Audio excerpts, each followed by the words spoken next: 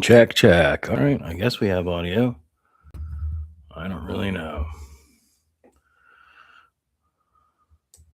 I don't want to mute it. I want to turn it up. There's settings. I don't know how to do this from studio anymore. I haven't done it this way in ages. Welcome in, Motobomb. I'm just trying to figure out how to operate this through YouTube Studio.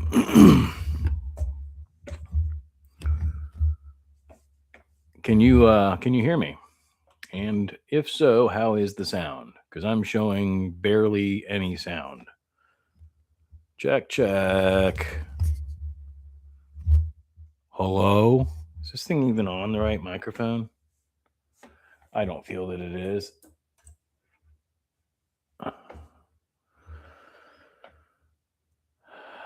Hope your day is well. Yes, I hear.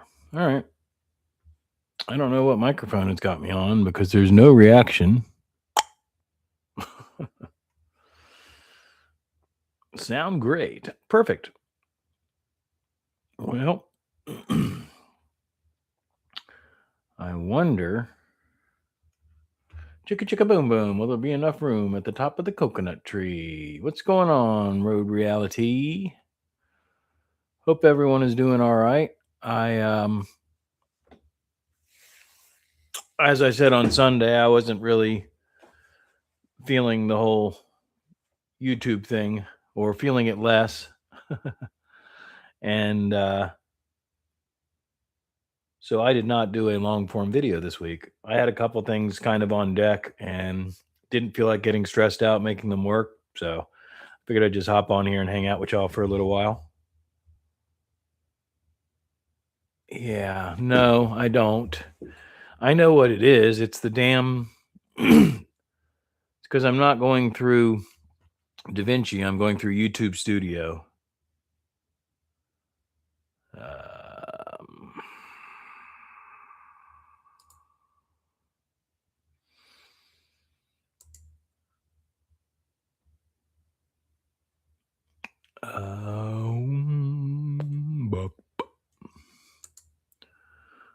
Oh, hey, currently in use. Yeah, well, duh. 100% volume.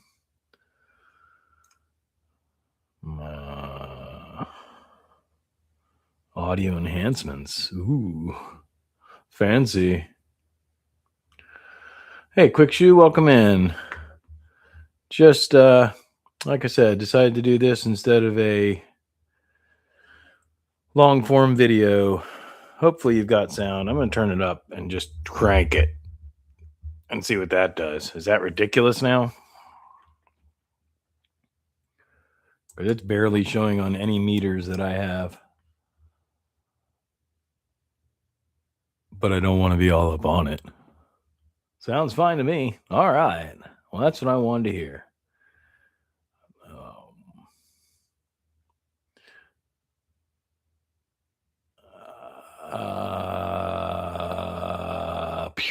I can see clearly that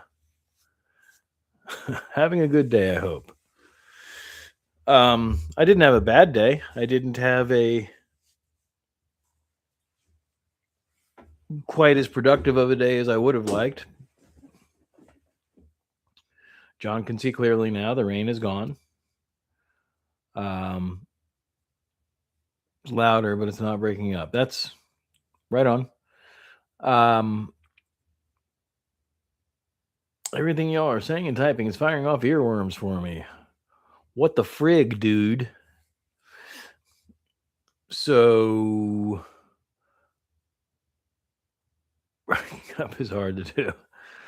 I just been messing around with the Sprinter some and not really feeling motivated, like I said, to focus on filming anything in particular. Out in the woods, cutting and clearing trails. Fun. That can be fun. I am wearing my hearing aids, so yes. I got some wiring stuff to figure out with the Sprinter, and I want to hook up that subwoofer. I want to take out the divider wall. I have no need for it. And I'm sick of hearing it rattle, and it's in my way every time I try and work on the electrical because the electrical is under the driver's seat. Excuse me. But butter.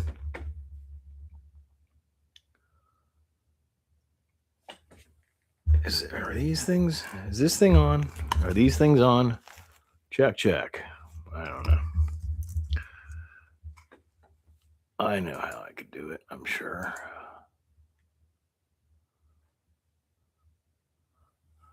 Oh, look, everybody's online. Everybody's on live. Ba-dum-bum, ba-dum-bum. What if I click on that? Cool. It's still breaking up, though, a lot, huh? Or it did for a minute. I think this computer just does not have a lot of resources. Smash that like button like it owes you money, y'all. I think it's just you and Moto, John. No, look, it says 4 now. It did say 2. Hey, work again. Thank you. My eye stuck shut. Anyhow, hope y'all had a good day. Like I said, not as productive as I was like. I'm not giving myself a hard time. I'm officially scheduling as of the end of this a week off where I'm not worrying about YouTube.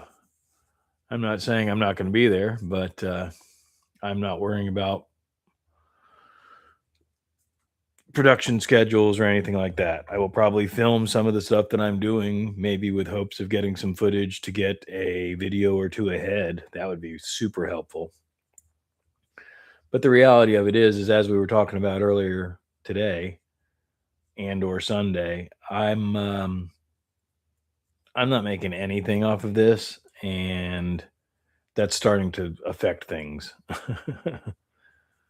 So I think what's happened is I have, instead of focusing on my projects and what I do to make the little bit of money that I do need to make, um, I've been focusing on trying to make a successful YouTube channel, which has not worked at all.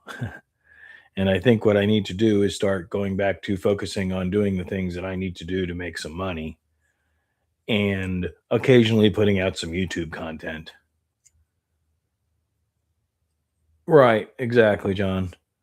Um, so I'm not going to set anything in stone. I'm going to take this time to contemplate it. Frankly, I'm going to drink on it a couple times or at least once and think on it. And, you know, I'm not setting in the schedule any schedules, but I think I'm possibly going to cut back, or at least even if I don't cut back, maybe just say it's not necessarily a every Wednesday video. It's a when I feel like it video.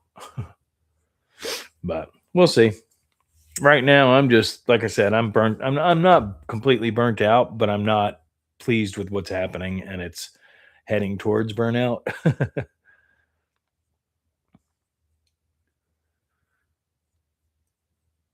Well, what's a little bit frustrating about that, John, is a good portion of my community that I had built up was, several of the people from overseas and stuff like that, and some of the wood shop guys.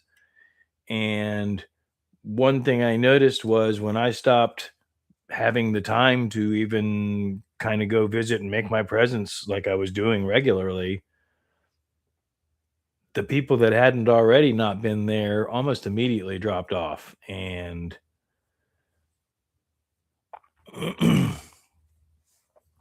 exactly. That's the plan, John. There's no expectations or anything like that, but on the same token, I had a community built up, I thought, and some pretty regular viewers. And there's just been a couple situations where I didn't have any viewers watching whatever I was scheduled to premiere, and or they're going live in other places on the internet at the same time as my regularly scheduled program. So it's like, all right, well, we're clearly not working together. Again, that's fine. But then the algorithm dropped out again, and oh shit! Hope I didn't just crack my screen. Um, we were talking about it again. I think that was this morning. The algorithm dropped out again, and my graphs were going up. I was like excited. I'm like, it's finally happening. I'm starting to get that snowball effect. And a week or less after I said that, all of a sudden it just froze again. And I've actually lost a subscriber and gained it back and then lost it again. But I'm basically just holding steady at 659, 658. Oops, wrong account. What's up, Alaska? Good to see you, my friend. Can't schedule anything for lives and such. I just put my videos out there. There you go. Sneaky. But I don't remember what I was trying to say. Oh, just the whole algorithm thing. I'm not getting a shit ton of views, but I was pretty much getting consistent 100, we'll say average views on videos. The last 3 videos I put out went out there and were like 40 views, 50 views. And once again, of course, they're the ones that I'm actually trying to put some effort into making a good production, which I get the whole YouTube game, we can't rely on anything, but it's just weird how it happens. I know we've all experienced it. Have you tried showing more skin? What's up, Adam? It is summertime, so there will be short shorts and stuff like that. Something changed a few weeks ago. Things have been off. And that's where I'm at with it is in reality, there's several people that I've talked to, which there's always somebody going to agree with the fact that YouTube screwed up. But it seems like something has changed recently. Brown chicken. Welcome in, my friend. It is a crapshoot, and that's standard accepted knowledge. But on the same token, I'm seeing right here, we've got 3 people agreeing that recently something has changed. Now you're getting creepy, Adam. But I'm not trying to 2 feet of snow. I'm over this winter. It was warmer and worked out for saving. Huh.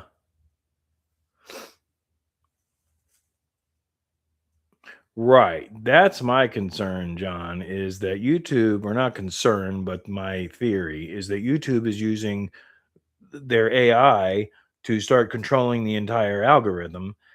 And by the time it screws things up and enough people complain about it that some humans at YouTube start paying attention to it, the whole thing's already completely screwed up. And I think that's what's happening right now. I'm not. It is what it is. I never had a get rich quick fantasy like a lot of people do, but I did figure that if I put as much effort into it consistently as I have, I would see something come of it. And I'm not even fully monetized yet. And I'm not giving up yet. I mean, I'm not giving up, but it's just I'm disheartened with the whole process, and I feel like I'm putting a pretty good amount of effort into it and getting jack squat out of it. And the reality is I could have had a job the last year and a half and made a shit ton of money, and I haven't made hardly anything. I've made enough to get by. And I'm tired of that. I'm going to make some changes. I need to rearrange some things for my own self, my own sanity. Y'all have heard me say it a million times. I used to do 3 to 5 music festivals a year. I'm lucky if I do one now. And it's so chaotic now that when I get out there, it's just like nothing's the way it used to be. So then I started going to another music festival, and that shit's expensive. And it's not really in my budget to do it. And I'd like it to be. So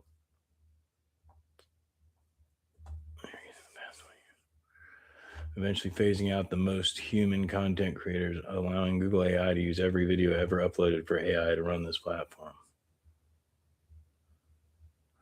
Oh, I mean, of course, thumbnails. I know thumbnails, that's the thing. But On the same token, I'm thinking at this point that there should be enough people that are exposed to my content that they know if they're interested or not. And the other thing is that um, regardless of the thumbnails, it's not that there's been one video in particular that I looked into the analytics, and it gave me like 1,000 impressions, and all the numbers were right, all the click through rates and everything were decent. They weren't great, but they were as solid as any of my other videos. And I put it out there to 1,000 people, and then decided that it wasn't going to anymore. And knowing YouTube, it put it out to 1,000 little old ladies that are knitting fucking sweaters that have no interest in watching my content, and none of them watched it. And then I was like, okay, nobody wants to see this. Moving on. And that's ridiculous. I've said, I know John's heard me say it before. There should be a way for us to at least, I'm not saying that we have control over it, but answer some questions to nudge what the video is about and who, like, here, let's click these 3 users. These are the kind of people that would be interested in this content or whatever. I don't know. Things ain't what they're supposed to be. Maybe you're just changing.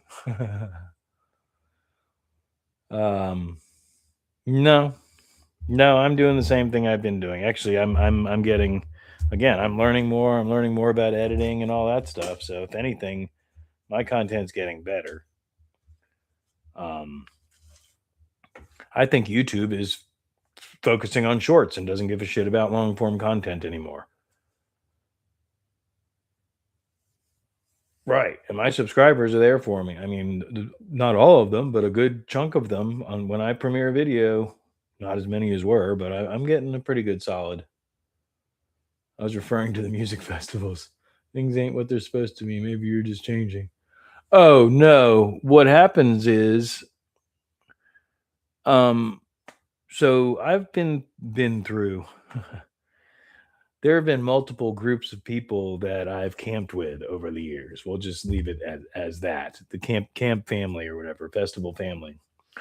Um, one of those groups, people all moved away and split up or whatever. Another one of them um just stopped going to music festivals pretty much, except for a couple of them who just scattered into other groups. So, and with me not being out there regularly, I'm not hanging out with people on a regular basis. So I end up going out there by myself. And by the time I set up camp and everything and figure out where other people are, I'm just kind of floating in the middle and I'm not in a core group, which is part of the fun of going to a festival. But, you know, big picture, what I'm looking at is I'm probably going to I'm definitely going to get rid of the camper and both of the Volkswagen Euro vans. Eventually, I'd love to get rid of the scooters too, but the camper and the vans are coming pretty soon, and that'll put some money in the bank. And I'm gonna probably start grabbing some motorcycles if they're titled, and I can do it without the tax collector trying to say that I'm a dealer or something. Guinness, hi, buddy, hi. Okay, I'm busy right now. Because the tax collector here, they want you to have a dealer's license if you've done more than, I think it's 3 transactions in a year. And that changes the whole dynamic of everything. I can't get a dealer's license here. I mean, I can, not here in this property. Excuse me. I'd have to I'd have to have overhead. I don't want overhead. That's the point of building the property. I mean, again, I could go get a job. But the whole point of building this building was the fact that I should be able to make enough money to survive and or thrive out of this building without any additional overhead, without having to go work for somebody else.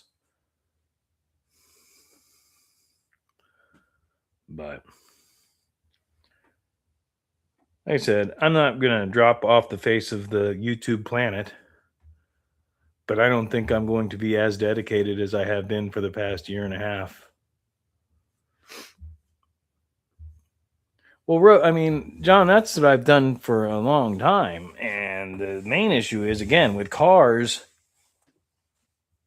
you can get into a large overhead, et cetera, et cetera. But again, if you start putting your name on things and transferring titles regularly, then they'll shut you down.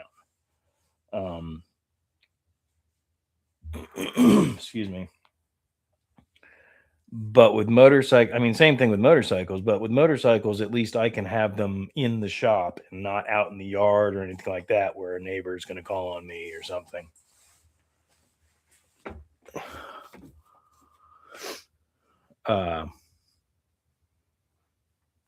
But, you know, a little profit in 10-20 minute video per vehicle. I bet it goes viral.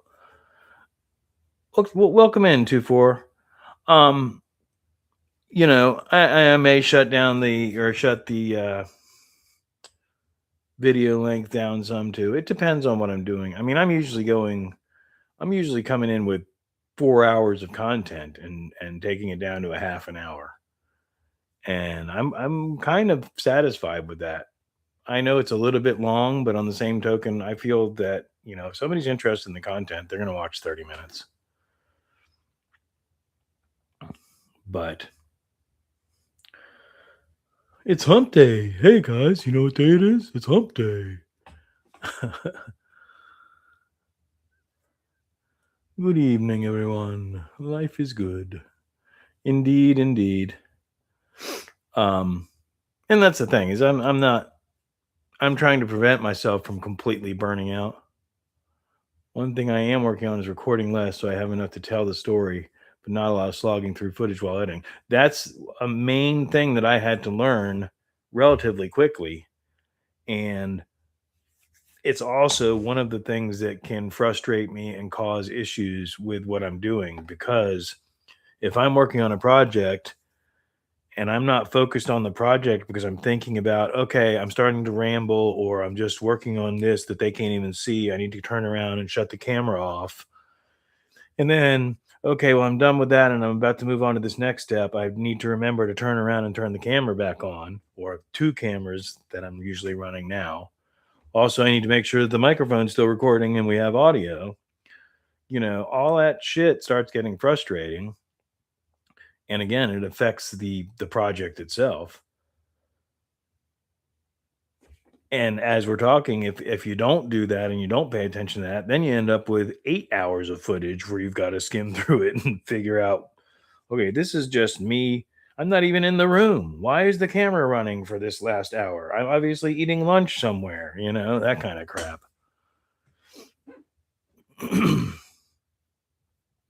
Yeah, and that's so, John, that's exactly where I'm at right now. Is I'm sitting here saying I'm not going to focus as much energy on making content. I'm going to focus on doing my project. However, I still want to film that content.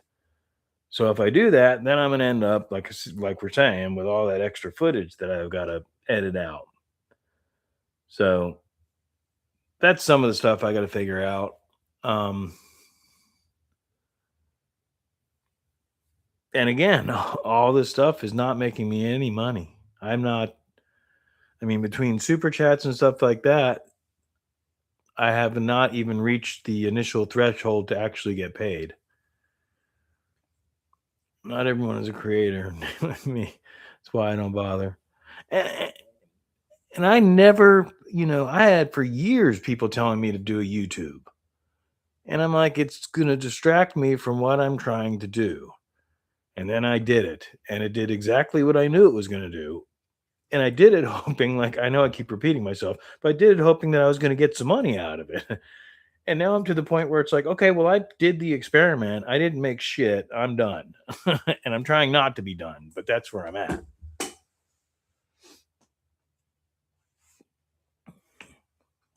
Set a timer on your phone for 30 minutes, record and show progress when the timer goes off. So if I'm using the hat cam, the point of view cam, okay, Guinness, you're starting to get annoying. You got to stop, buddy. It only has, if it's remote, the little one, if it's on the hat clip, it only has a 30-minute lifespan, battery life. So that actually happens whether I like it or not. And that sometimes can be advantageous, and again, other times it's happens right at the point where this is exactly what I want them to see. Beep beep beep beep. Oh fuck. The camera just died. And then that screws up the whole shot. What's going on, Sick? Good to see you, my friend. Welcome in. I'm not a creator, just an old dummy trying to get out and see and do everything I can. And quick, that's what the sprinter van is about. Because again, I've been trying to travel and see at least my country. I don't need to see the world. Um, but I'd like to see some of my more of my country than I have seen while I'm young enough to enjoy it. Guinness, you got to go, bud. You're starting to piss me off. Get go. All up in my shit, dude. Um, but like I said, of course, without any money, that doesn't help either. But getting the Sprinter set up to where I can camp in it, and use it as a mobile hotel room or whatever, that helps me accomplish that. But of course, literally the day I did the trade, diesel went through the roof, and it's currently, I think it's 560, 555, something like that, a gallon. So I'm definitely not driving across the country right now. I'm driving as little as possible right now. Get up here before July, I'll show you miles of mountain back roads. Um, and that's my goal right now, frankly. Not literally to go see Quick Shoe, but to it's going down, suppose. Yeah, right. I mean, it will go down eventually. There's no way on God's green earth that the military industrial complex cannot pay those prices. We'll just leave it at that. So they'll shut it down. The corporate entities that really run this country will shut that down. But I'm not trying to go there. Point being, yes, I want to build this van to where I can put that little Chonda exploration bike into the back of the van and go places, park the van, pop the bike out, and go explore. Where the mountains meet the Atlantic Ocean. Yeah. Oh, I meant to only record like 1 or 2 minutes of show until every 30 minutes or so limits what you have to work with and less time spent editing, more focus on the project. Show and tell every 30 minutes or so. Oh, right. Yes. That's kind of what I'm trying to do with some of these bigger sprinter projects, like subwoofer installation and all that. Like I filmed the unboxing. I'm not going to film all the wiring. I'm going to give an idea of what I'm going to do. Then I'm going to film the finished product. And again, trying that method before, the issue that I've run into is forgetting to turn the fucking camera on.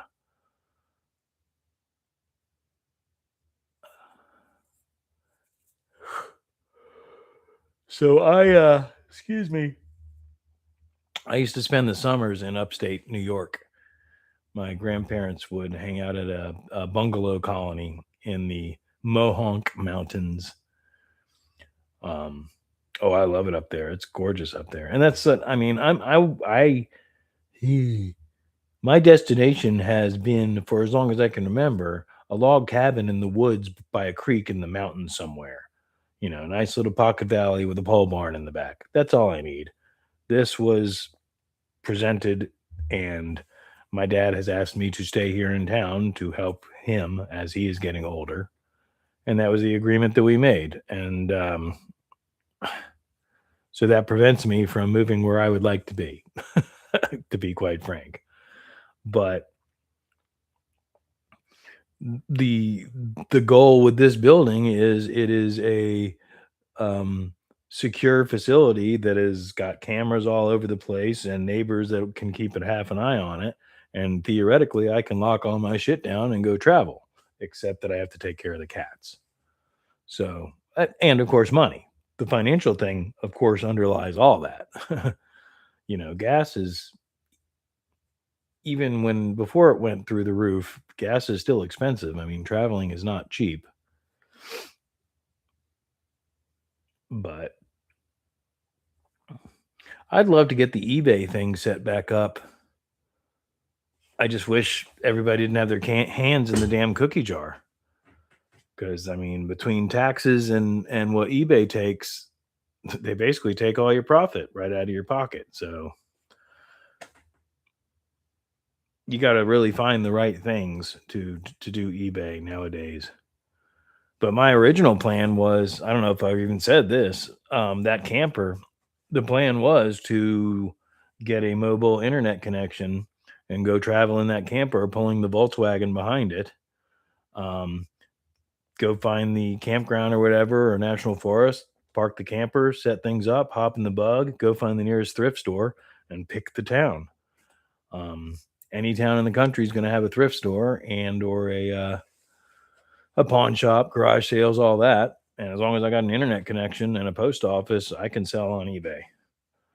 And the plan is worst case scenario, I can scrape something together to get gas to get to the next town. Best case scenario, I find a nice money maker item and put some money in the bank.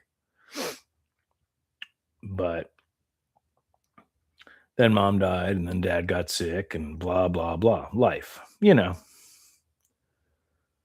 So that's still sort of an inkling of the plan, and or making lots of money on YouTube while I vlog my road trip. That ain't gonna happen. I mean, it might happen just to share it, but there's so much competition out there, and people putting a lot more effort into what they're doing, like really putting effort into it.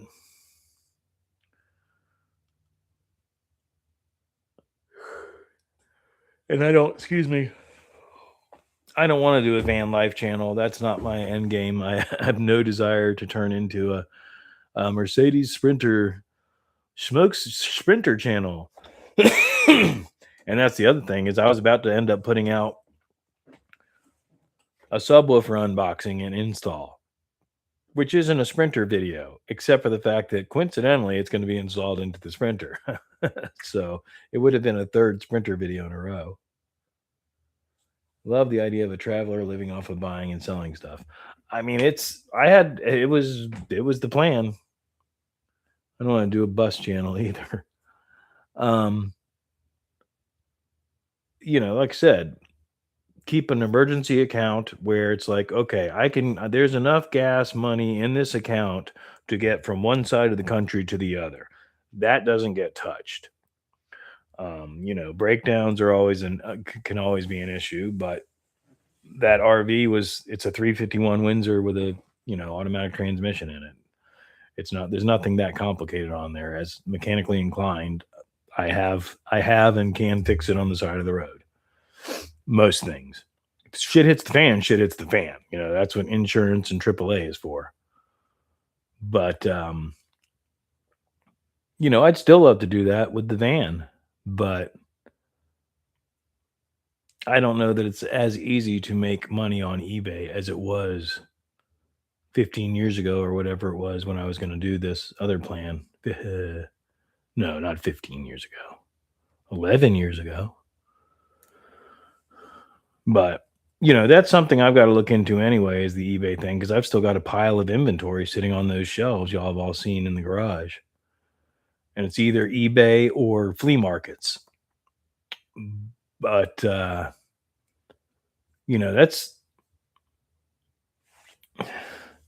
it's a fair amount of work for one person. Even if I pre-planned and everything and staged it, but to put it away, to put a bunch of inventory and tables and stuff into the van, drive out there first thing in the morning, get registered, set everything up, sit there all day. Here in Florida, it's flea market season, it's hot, so in the heat, and then at the end of the day, unless you've sold everything, have to tear it all back down again, load it all back up, and then come home. I mean, it's a lot of work to do the flea market thing. Um, unless you're a regular. If you're a regular and you have a designated spot, you can lock down. But that whole weekend warrior, that's something else that bounces around in my head because it's fun. I mean, I've done stuff like that. Some of the earliest times I went to Bike Week, we were working at we're working. We were doing Native American stuff, arts and crafts, whatever, and selling it at Spider's Swap Meet in Daytona. And I was 20, 21 years old. 20, maybe not. Yeah, no, I was 21, 21, 22. And that always gave me a taste of that kind of lifestyle. And anytime I go to a car show, it's like you see the guys that are, especially a big show where they're obviously touring the country and they've got their RV with their trailer on the back. And just like the flea market, they set up their wares and hang out and get to hang out at the car show and be part of the culture and all that stuff. It's a lifestyle.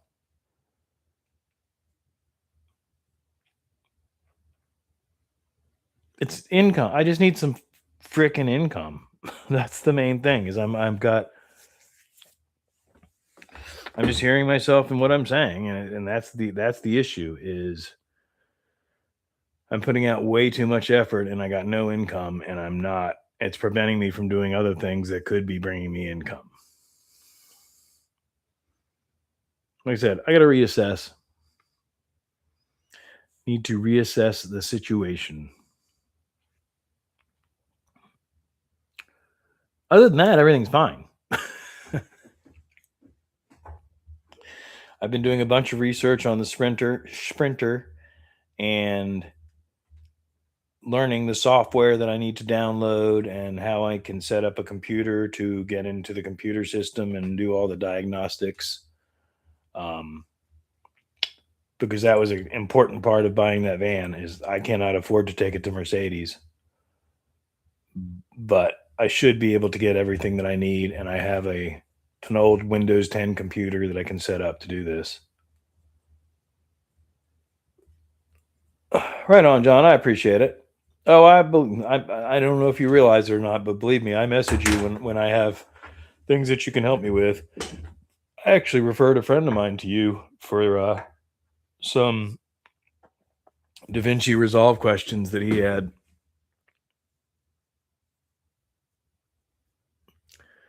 Get all them Amazon nannies shut off. Yeah, well, what pissed me off is one of the speed regulator came back somehow. I think I had everything disconnected and then did my research and figured out that you can get the rear view camera that gets disabled when you disable all that stuff powered back up if you switch power sources. But I don't know if it backfed through something or what. But last time I got on the interstate, the speed governor was back on and I was stuck at 70 miles an hour, which is totally unacceptable.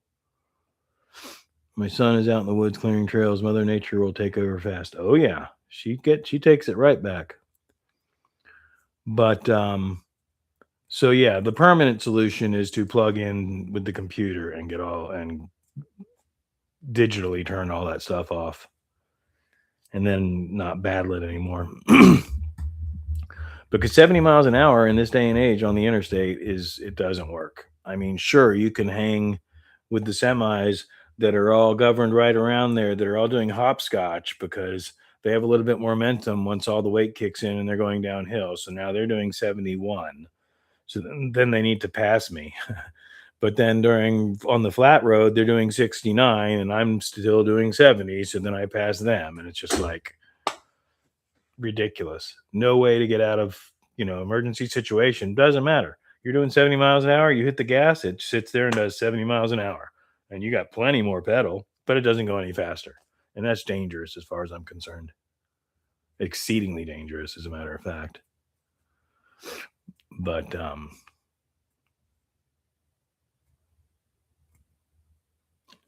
I may have to spend some money, but I'm not worried about that. it's worth it to me as long as I know that I'm getting the correct software and everything to buy the stuff to be able to get in there on my own and fix things than to take it to Mercedes, have them charge me that much money to say, okay, that's how much it costs to get the diagnostic. Now it's going to cost you another $1,200 to get the service done. I can't do that. What's going on, Shaggy Mane? Just hopped on here live to explain that there's no long form video this week and I'm taking the week off, the next week off. I'm done for a while. I'm trying to prevent total YouTube burnout. But other than that, van life.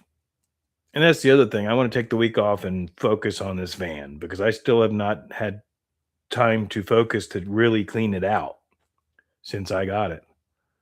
Um, and I don't know if I mentioned it on a live. I don't think I've mentioned it in any of the videos.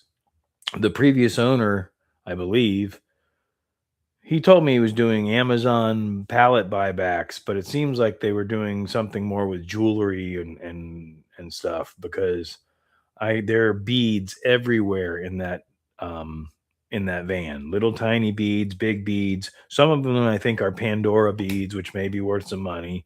I found a Timex watch. I found a total of 3 watches so far.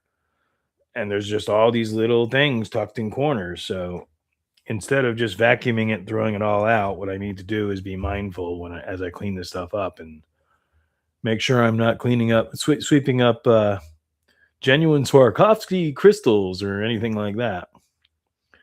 Which again, I mean, even this little Timex watch, because of what I've done for most of my life, being a picker and somebody on eBay, I recognize that watch.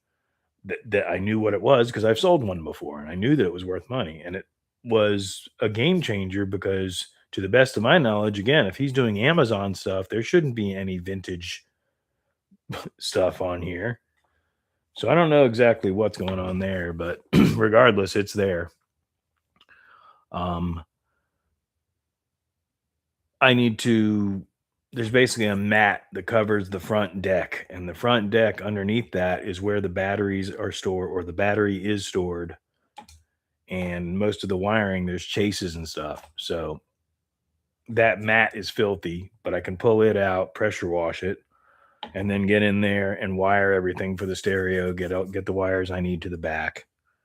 And just really kind of dial it in and make it mine, because what I'm trying to do is fix the little things that I can that I haven't already and get it back to square one, which is a 60 whatever it is, less than 62,000, 61,100 and something miles. 61,172 is what keeps popping into my head. Regardless, get it back to maintained correctly, up to date, nothing wrong with it, preferably. I mean, other than the dents and dings. And then drive it, Again, it's going to be my daily driver. I knew there was nothing wrong with that Tacoma. I've had it since it was brand new, and I'd like to have the same confidence in this. So far, I'm not lacking that confidence, but it hasn't totally earned my trust yet. John, thanks for hanging out, man. I appreciate you. And same thing, you can always reach out. But yeah, the Sprinter, I still need to look into. I need to get the Carfax. I got to figure out what I did with it and see if I can figure out when the last time the fuel filter was serviced. I have an oil change sticker, so I know when that was done. That's not due. I want to jack up the front end and check the front suspension because, as we all know, being an Amazon van, I mean, my road's the worst road on the face of the planet.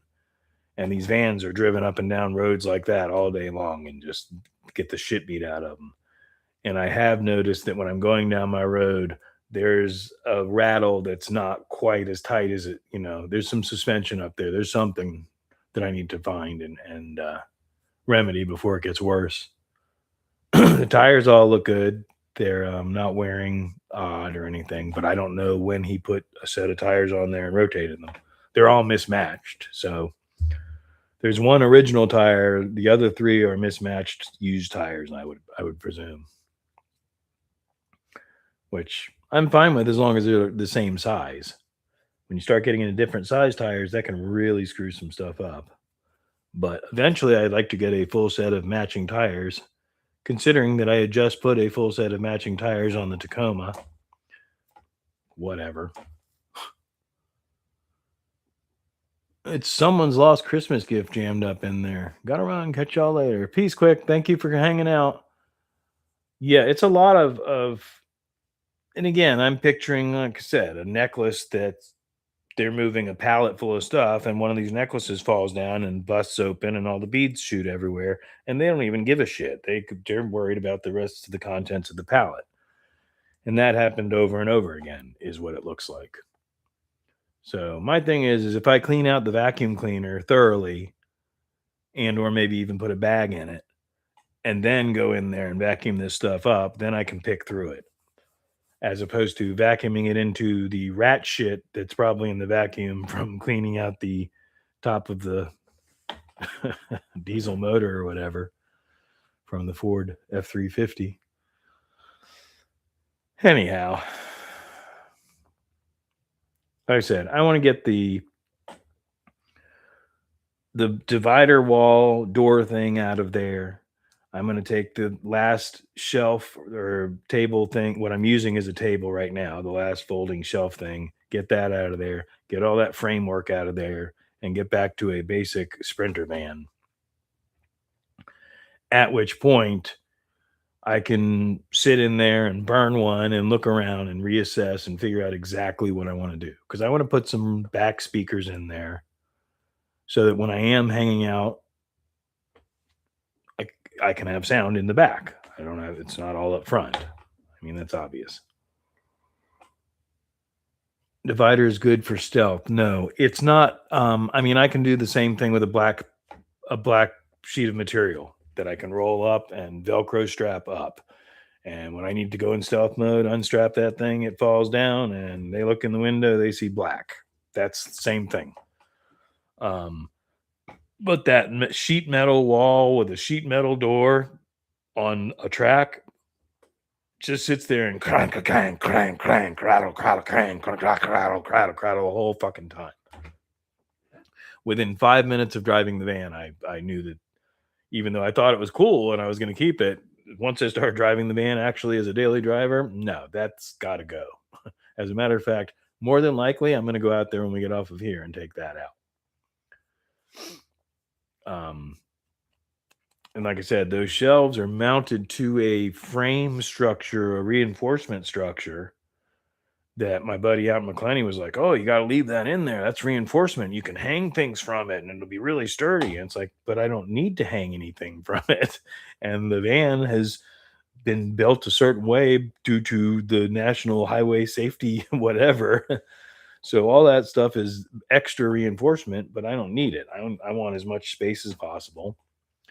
And when you get back to the actual van walls, they're already pre-set up with holes for panels. So you just got to either buy somebody's plan where they've already done the layout or figure out the layout for your panels and buy the little clips and pop panels in place, insulate it, pop your panels in.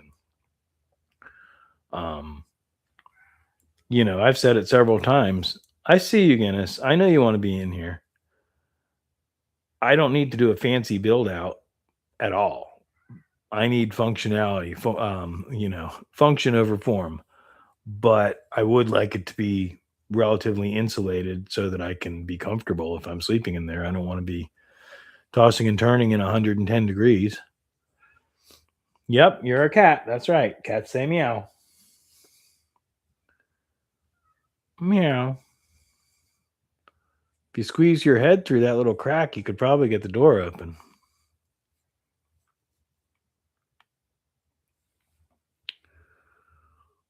But anywho,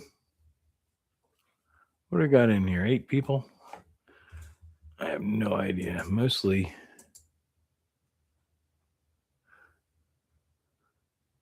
Yeah, I think I got whatever. Doesn't matter. I think I got some lurkers. That's all.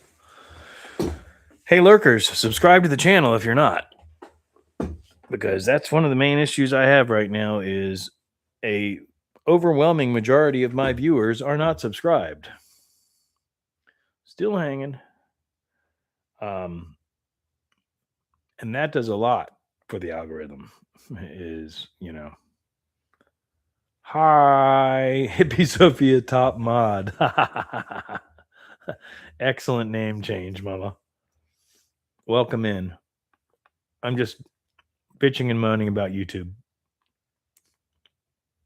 And I just found some chicken wing from earlier.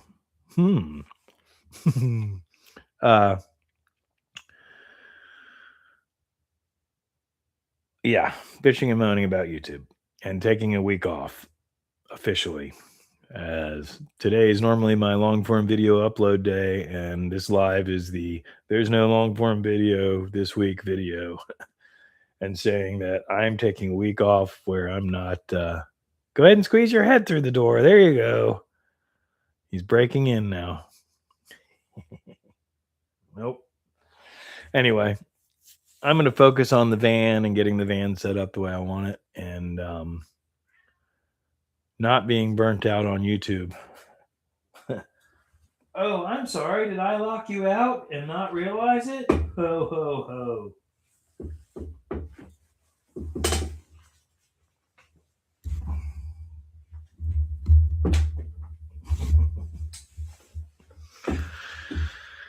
Glad you're taking a break. Me too. Yeah, I'm just what I wouldn't mind excuse me. What I wouldn't mind doing if it's cool enough, cool enough, man. Is at least getting my basic camping gear, cleaning the van out, getting my basic camping gear in there, and going out to Spirit of the Swanee, my favorite place, even if it's just an overnight, and just sleeping in the van and kind of getting a feel for what I want to do, getting it out of here. Because the thing is, I'm here all the time. So me escaping this place is so good for my head. Roll up a fistful of joints and enjoy YouTube break, man. Yeah, that's kind of the plan. Actually, probably less smoking, because I think this recent batch is a little bit stronger than the other stuff, and I think that's been contributing to some lack of motivation, shall we say. That's a great idea. Well, Shaggy man, you and I had talked about that from the get-go. That's kind of the original plan. I was hoping to do it at a music festival.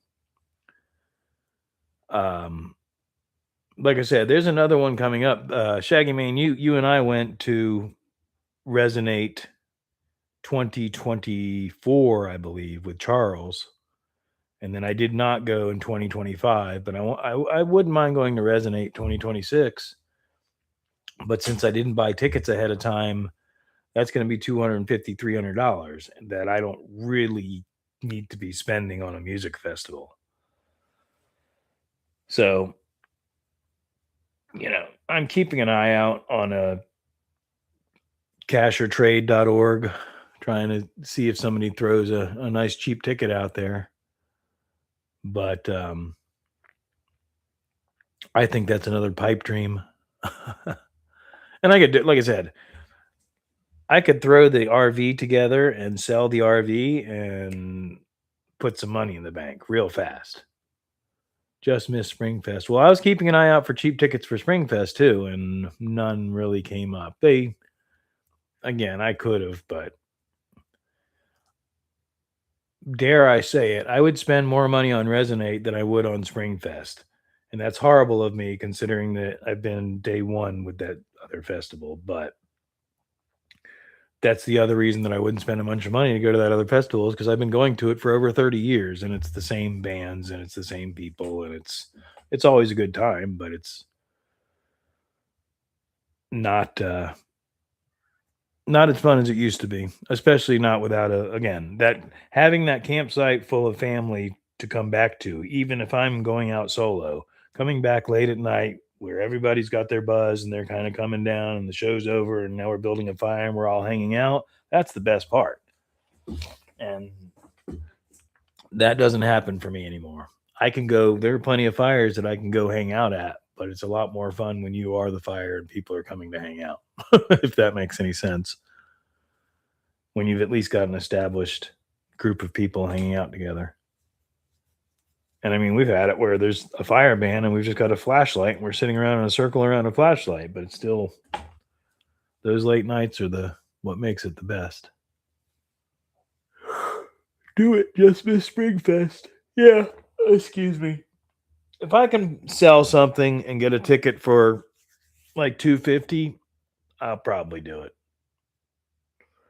If I can't sell anything, then it would have to be a real cheap ticket. Because like I said, my any money that I have right now to play with, which isn't much, needs to go towards the van and making it what I want it to be. But then again, I started this conversation with I'm going to probably be focusing less on YouTube and more on motorcycles and flipping motorcycles. By flipping motorcycles, I mean buying cheap, fixing, and selling for a profit.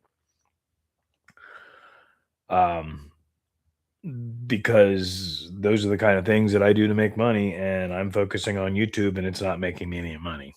Just to bring everything full circle to those that are getting here late. I've got a year and a half, pretty much literally a year and a half, if I think about it, of dedicated, focused energy on YouTube, and I have literally not made $100. And it's starting to hurt my head.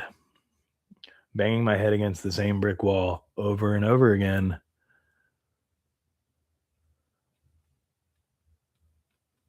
Well, I got 10 people watching. I'm going to grab a beer. I'll be back. I'll be right back.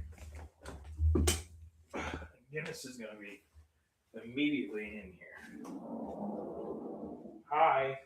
Why are you sitting at the door? What did you expect to happen?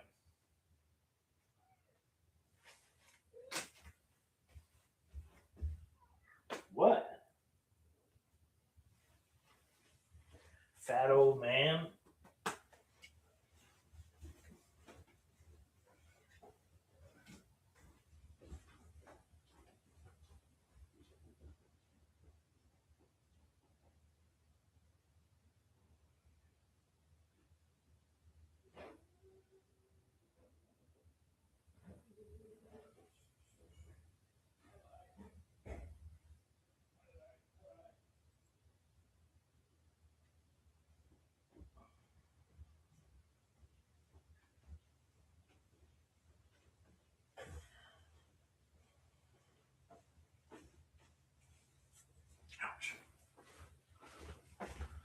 Moto Bomb, Virginia. Hi-li. Hi-li. Hi-li. Enjoy. Hi-li. Moto. Whoo. Oh, that's nice. Everybody loves it when that happens. Frickin' ridiculous. Just got home. Just got paid. Isn't that a ZZ Top song? I don't know.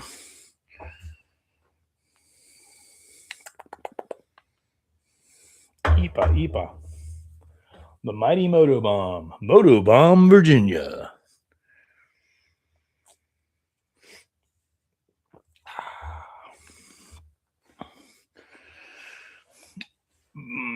ZZ Top. Pardon me, guys.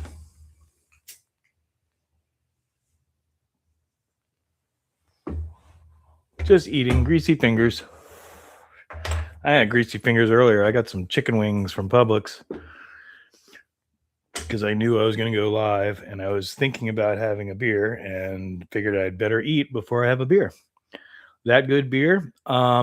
If you like IPAs, it's a relatively smooth and mild IPA. It's not A lot of IPAs are very hoppy and very overpowering. This is relatively mellow. I enjoy I enjoy I enjoy High Life.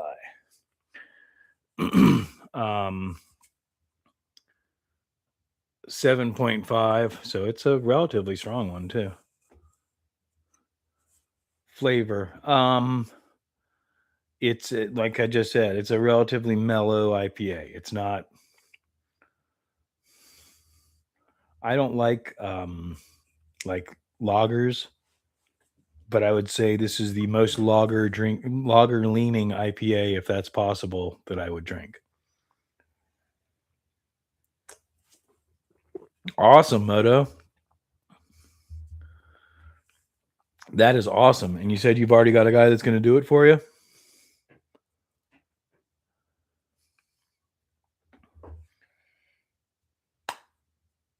And I'm assuming that you trust to do it well.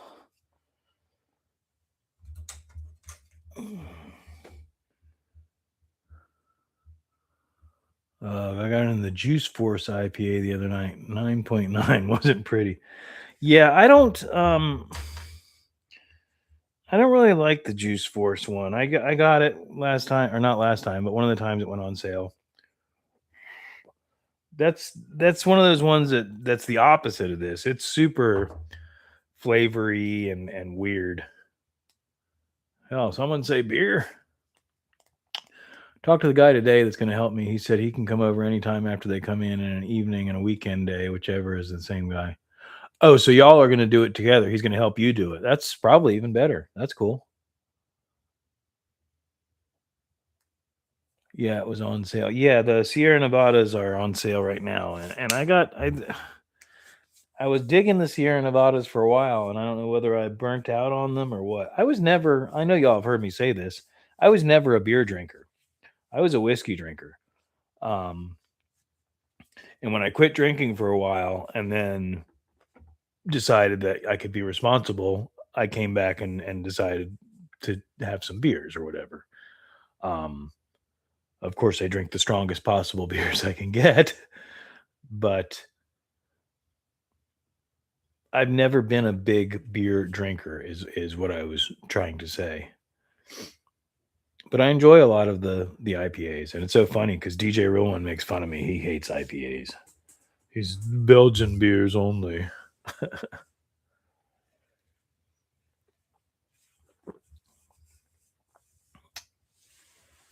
Well, that's good, Moto. I mean, you want somebody that's preferably experienced, but whoa, Jet Fighter, what you doing, man?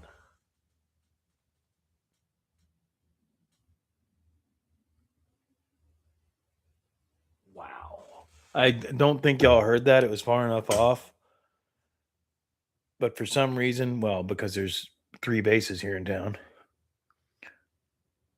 I'm in a flight pattern, and every once in a while we get a fighter jet that you can hear them. They're basically just dropping out of supersonic speed. It's some cool sounds. Anyway, as I'm burping into the microphone, and that's why I never liked beer.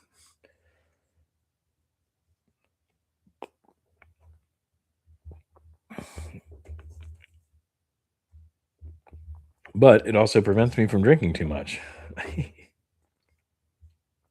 Because you've got that bloated feeling. Oh, that bloated feeling. You've got that bloated feeling, and you also have to pee all the time. Whoa, whoa, whoa.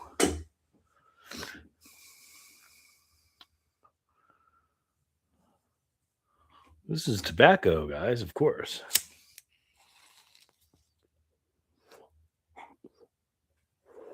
Perfectly legal to smoke tobacco. Oh, that's tasty tobacco. Wow. Hi, Smoke.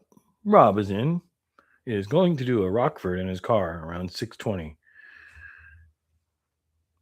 620 time. 620 y'all's time. Just wrong button. That button. We got to go into evening psychedelic mode. St. Patty's Day tobacco.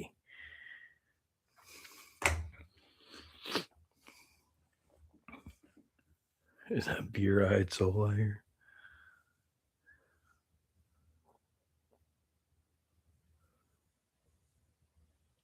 If you got it scheduled, you, excuse me. I don't want to do that.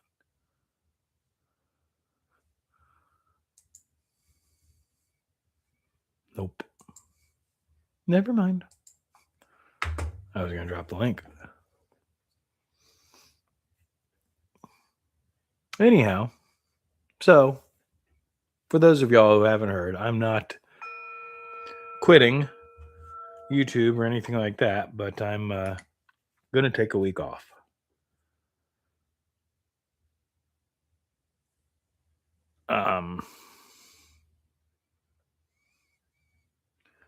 So there. Neener. What else did I order? I ordered something from Amazon last night. I know I did.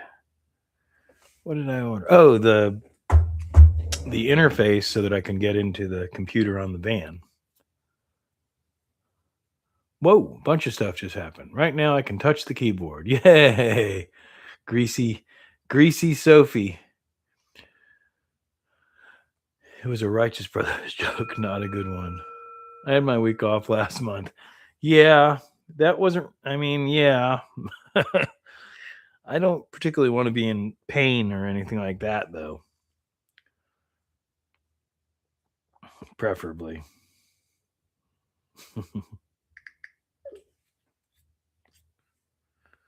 That's not what I was supposed to type. I had steak and fancy bread. No worries, I just did a sunset live. I actually saw you live while I was eating my chicken wings and it was greasy. Greasy. All the legends in here. Carrie, what time? You said 6. What time zone? What or are you talking about in like 10 minutes? Oh, 6:20. So 40 minutes, 30 minutes. Hey, y'all, but now I want chicken wings. You know, I keep getting them because they're convenient from Publix and they're kind of tasty, but they're so freaking greasy that I really don't over and all. I don't think I enjoy it. It's like a meal that's just kind of habitual as a bachelor that I don't really enjoy. Tuna macaroni salad. Did you make it more colorful this time? Some fresh tomato or something?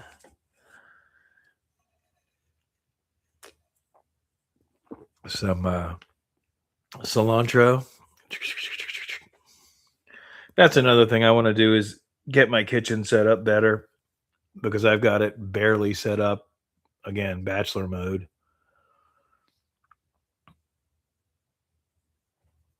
Recooking the second batch around because I don't eat them all, and the second batch is always better. Or I also like them cold better. So these were fresh. I mean, like fresh out of the grease, which is tasty, but yeah, it's horrible. Red velvet with walnut and chocolate frosting. So I got a red velvet slice or whatever again at Publix because again I got a supermarket right across the street, and they do stuff like that on sale sometimes. And I didn't remember if I had ever had red velvet, but I know people love red velvet cake. And this wasn't the way that Brainy made it. This was a traditional, I guess, red velvet cake. I did not like it at all. Like I barely made it through it. I don't even know if I did. I may have thrown part of it out. It was rice. You're right, Moto.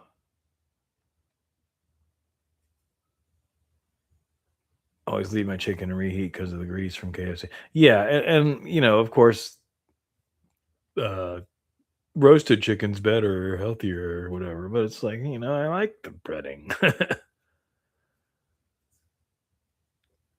Red velvet is one of my faves. Oh my gosh. The first thing we don't have in common, Sophia.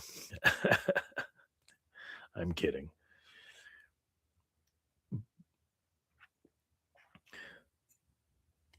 Like I said, I'd like to get my kitchen set up better, more for now that there's a supermarket so convenient, fresh meals, healthier meals instead of just the convenience factor. I mean, I could go there and literally get, fresh fish, fresh whatever, and cook up a single meal. Or I think some of y'all have seen me, they have the pre-prepared meals for one that you just throw in the oven, and some of those are delicious, and they're not overly expensive either. I know there's several people in here that are single as well, and it's hard to cook as a single person to where it's like you're either not wasting food and or having leftovers that are not going to make you sick. Excuse me. Excuse me again. And what's funny is I made a big batch of I do cheese ravioli with meatballs and red sauce, and it ends up being like 4 meals. And so when I do that, I'll go ahead and portion some out and throw it in the freezer. And every time I see one of those in the freezer, I look at it and I'm like, meh, I don't even really want that. It's finding a decent balance. Yep, that's the one. Coming soon to Patreon members, Smoke Snack. Oh, man. Excuse me.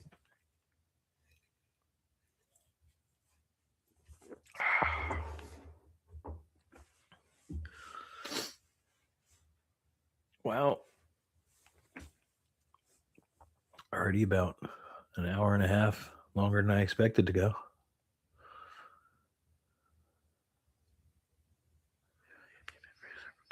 So I need to do some more. Yeah, and that's my thing is I need to remember to trust the freezer because after living in the camper for so many years, I know some of y'all have heard me say this. The camper freezer was sort of questionable. So, there were things that made me sick from eating the leftovers out of the fridge or the freezer because I don't think it was maintaining the correct temperature all the time.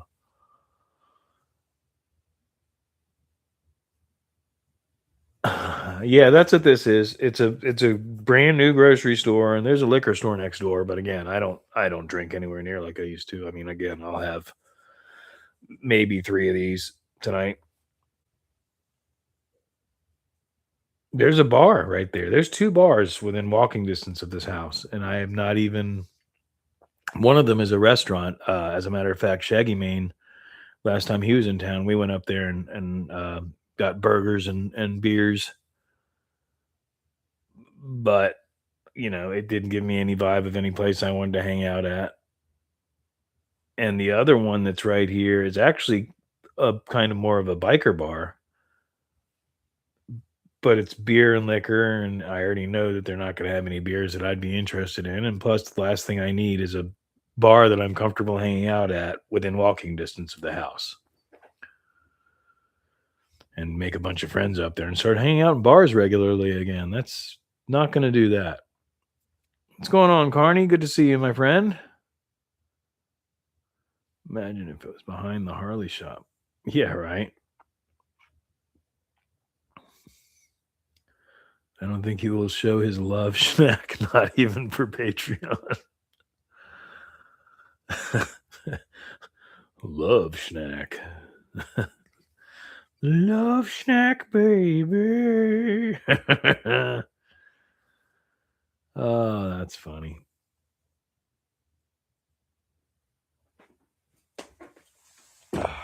I'd like to I'd like to get into the habit where I'm actually going out into the shop in the evenings,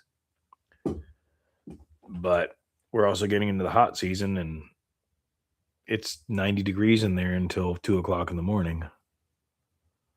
Gonna mess up and fall in love with a bar chick. No, been there, done that plenty of times.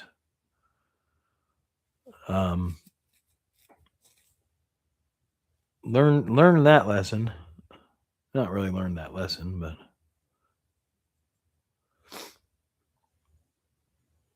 mm, mm. You got me thinking now. The last two girls that I dated that I met at a bar are both not with us anymore.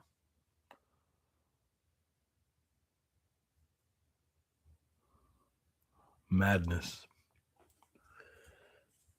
One of them had a brain tumor, which explains some of her strange behaviors.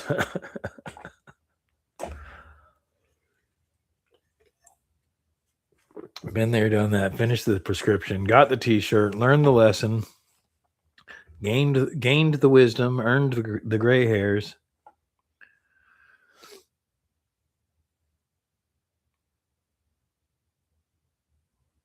Yeah, I'm not. Again, it's not.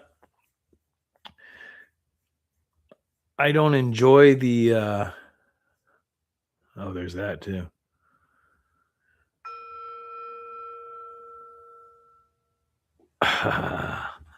Oh, we would have been. I mean, I think we are, but in bar life, we would have been best buddies, Sophia. I would have been sitting at the end of the bar, and whenever you didn't have a customer, we'd be bullshitting. That's how I always have been with the bartenders. What is this? Oh, his new front end parts.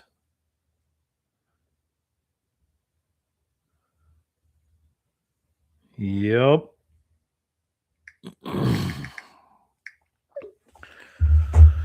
My buddy's about to lower his Chevy truck. I do not miss drunk people. Me either. And that's the thing is I know I've said it before. The last time I went to a bar, I went in, it was at right after COVID because they had shut it down where we couldn't go out. And then they opened it up to where we could go out again. And I was like, okay, well, at that time I was staying with my dad because he was recovering from some shit. I'm like, Dad, if you're good, I'm gonna run up to Monkey's gonna go run up to the bar. And I went in there and ordered a drink and sat down at the normal table that I would have sat down at and looked around and the normal people were in their normal seats and it was just like nothing had changed. And I don't even think I finished that drink. I was like, this is so stupid. It's just a habit.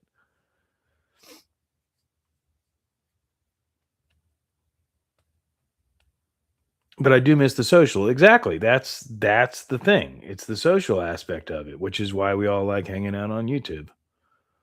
Um, and that goes back to the camping thing too. It's like, the camping music festival is a whole lot more fun if you've got a group of people that you're doing it with, as opposed to going down and seeing a bunch of people that have been hanging down in the venue all day long, pounding $8 beers, or they're $9 now, I think.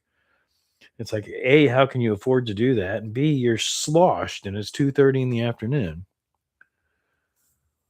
What's going on, Renegade? Welcome in. Um, you're not really late. This is a unexpected live. Normally this would be my long form video, which would have been over 2 hour or an hour and a half ago. Um, or no, I take that back. I usually drop it at 5:20. So I have 30-minute video. So 5:50 it would have been over. So we're an hour and 5 minutes ago. I don't know why I had to figure that out, just because that's how my brain works. Blaze and Eats, $7 tapper IPA hippie beers in my city. Oh, like I said, at the music festival there. I mean, I think I'm off. I think they're like $10 or $12 now. It's a tall boy can, but I mean, it's just ridiculously expensive, especially when all you have to do, not to call him out, but Shaggy Man and I have hung out at many a music festival in this venue, and you go down and you hang out and you watch some music, and then you look at each other and you go, hey, let's go back to camp and have a beer and burn one. And then we can come back down to the music again instead of spending hundreds of dollars on overpriced beer when you've got a cooler a mile away. Anyway, remember the Nintendo game called Renegade?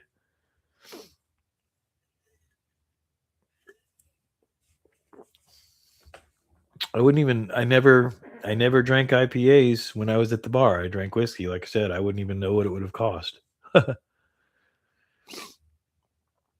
and $12 beers at most venues. Yeah, that's insane. I mean, that's just nuts. And I get mad paying $12 for a six pack, and they're paying that each. No, nope.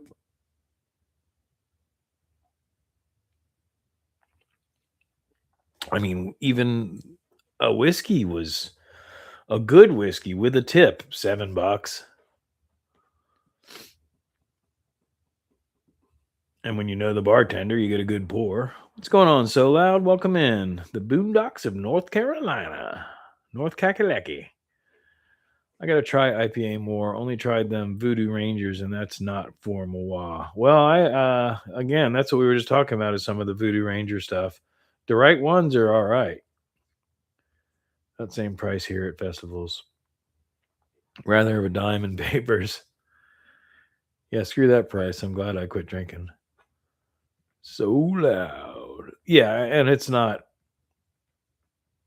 again, just like everything else, everything has gone up. I keep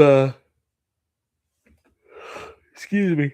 I'm not a huge wine drinker at all, but there is one particular wine that I enjoy that's I almost said brewed.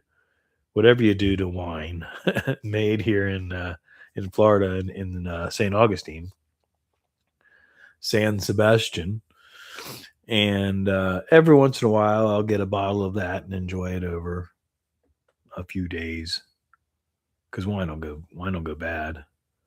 Like I'm talking to a bunch of kids, but every time I look at that bottle of wine, I forget how much, but it's just more than I'm willing to pay for it. I just can't rationalize it.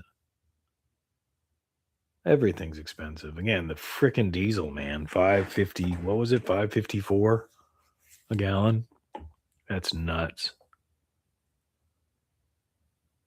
I don't even know what gas is now because I haven't been looking. Enjoy over a nice fresh 3-cheese sandwich.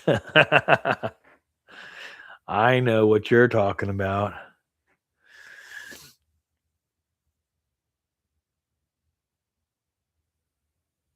What's going on, Logic? Gas is free with a long enough hose. Ha ha ha ha. Long time no see. Jumped $1 since the Iran thing. One? Is it? I think it's more than that. I mean, I wasn't looking again. Like I said, I literally got the diesel Sprinter van, and gas prices went up that day. So my first experience with diesel, it was already inflated. It's over double price for diesel compared to here. Diesel is over $9 here in Canadian bucks per gallon. That's nuts.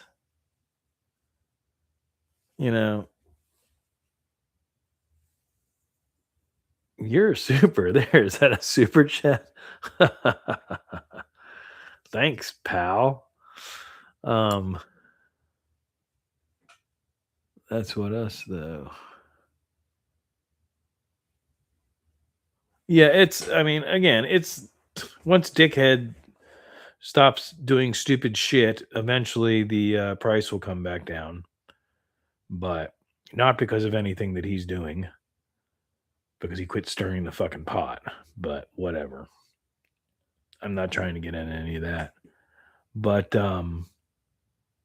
either way, diesel's been more expensive since whatever, 9/11 probably. I don't remember when diesel started getting stupid. But diesel used to be cheaper than gas. And I don't mind paying a little bit more than gas prices, especially considering I think I'm getting pretty decent gas mileage or fuel mileage. It's not gas, it's diesel. But $5 over $5 a gallon, that's I can't afford that. I certainly can't afford to travel at that price.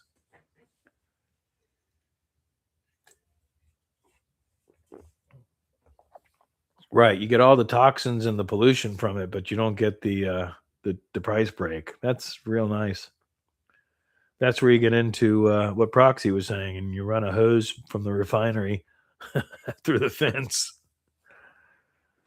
They'll never notice, just a couple gallons a week.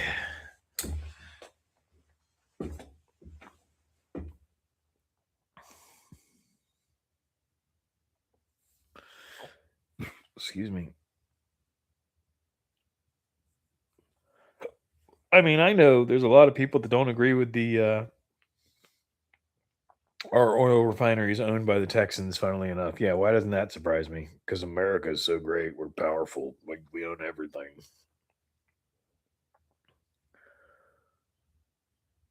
A Chrysler 300 with a 2-inch riser hitch. Hell yeah, brother. Got to get your boat down to the damn lake, man. It's one of them base fishing cars. Oh, that was funny.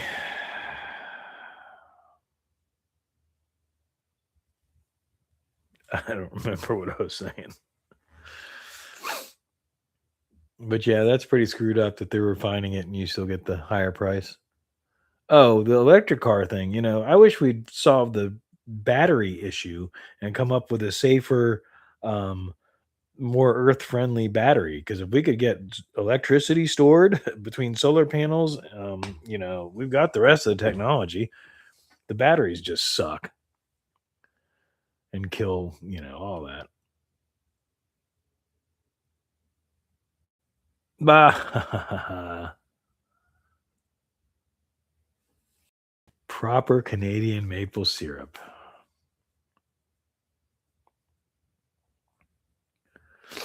Yes, sodium ion is something new, and that's something I've always said is, "Why can't we use sodium? We've got so much salt water, and then if we desalinated the salt water, oh my gosh, we have fresh water, which is something else that we need." Sending you the video now.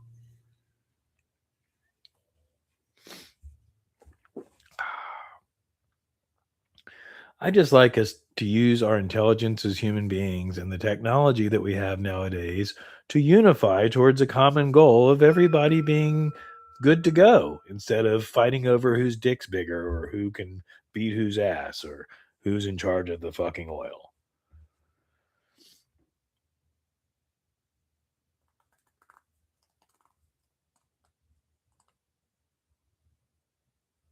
Yeah, and that's right.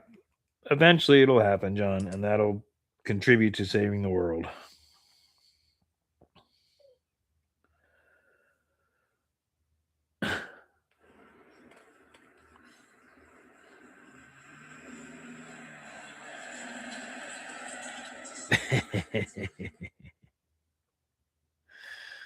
Oh, that's funny. Like you said, you gotta get the damn fishing boat down to the lake. It irritates the heck out of me that as human beings that we're still not overall, but some of us are so stupid that we still do the things that we do, or they still do the things that they do. But, same as it ever was. Oh, I didn't think you were, Key Fob. If I had different software, I'd have sent it in and put it on the screen, but I don't think it's worth trying to put in front of the camera. Excuse me. Oh boy. Yeah. Yeah. Oh yeah. Sleepy time.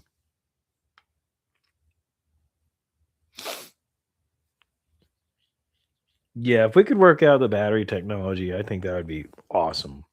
And I've never even, these Teslas and these badass electric cars, I've never even been in one of those. I just know what, for instance, an electric golf cart with the right setup can do. I mean, the torque is instantaneous. It's, and you see these guys in these bone stock Teslas, and you turn it up, and it's like 1,000 horsepower car. Bye.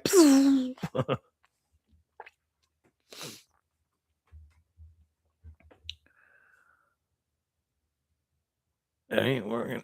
All about use what you got. Exactly. I know it's a lot of work. If it doesn't take off like you want, it can be discouraging for sure. It's the reason why I haven't started one yet. Just saying. As far as the YouTube thing, yeah, absolutely. So loud. I don't know if you're live or not, but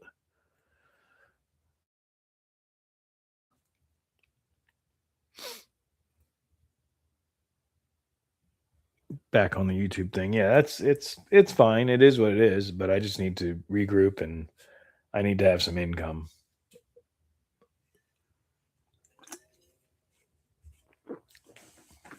I'm putting way too much effort into this to have nothing coming out of it. And it's not worth it to me.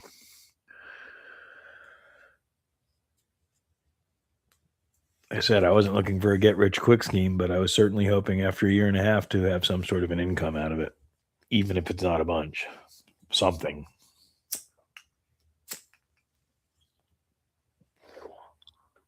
Beyond being able to afford the tobacco that I put in my pipe. Wink.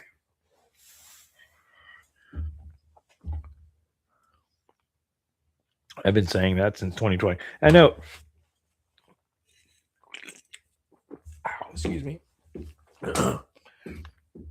Several people I have that I'm friends with that keep that in the back of my mind also.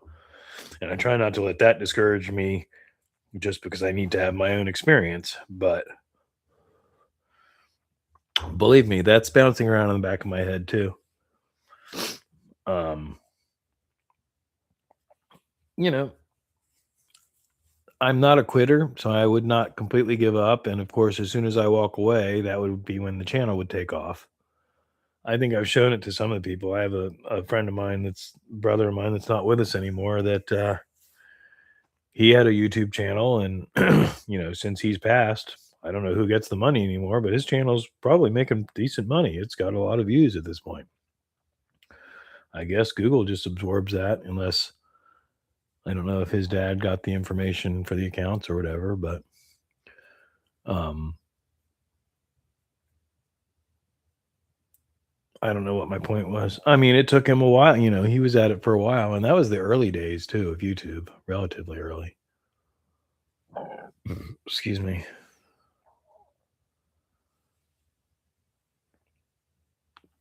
2 years in, still trying to get step one or phase. Well, that was the encouraging thing was that 500 mark. When I crossed that threshold, and I think Carney, I haven't been watching his numbers, but we were pretty much neck and neck. And when I finally crossed that 500 threshold, all of a sudden, like I said, it wasn't immediate, but the channel started taking off a little bit, and I got excited. And then telling my dad that, hey, it's starting to pay off. I'm starting to get that snowball effect that I'm looking for. I'm starting to see a steady influx of subscribers and all that. And then all of a sudden, it just stopped like a couple days later. And that's the most frustrating thing for me. Get a quick come up and take another look at things is my advice. Not that you asked. I have a buddy who stopped posting for 6 months, still gained like 8,000 subs and a bunch of views, pulls in more money than me, and he's not even publishing. And that's kind of where I'm at with it, John, is, I'm saying a week, but I may take longer than that simply because it's not going to hurt anything.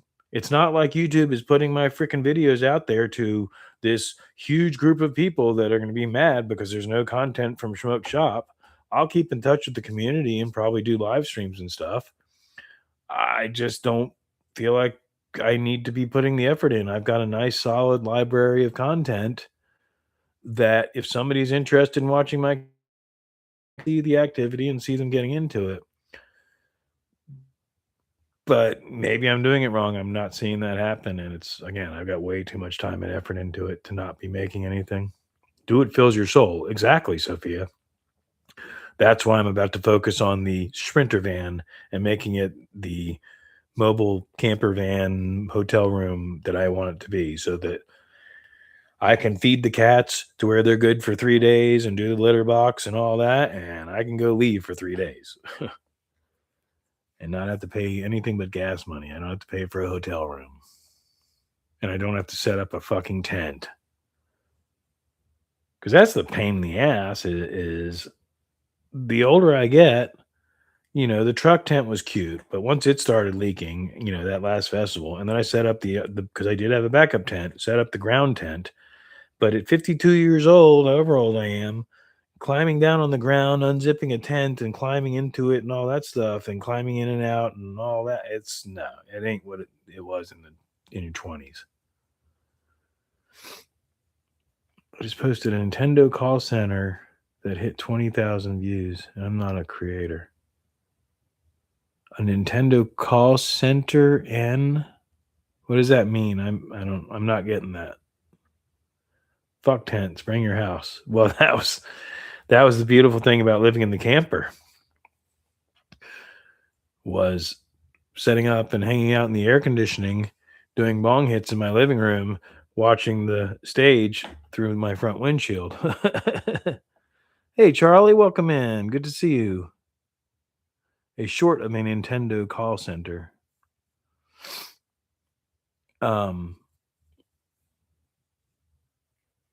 Yeah, but 20,000 views on a short, is that anything? No, I'm not knocking what you've done. People get excited about thousands of views on a short. You have to have millions of views on a short.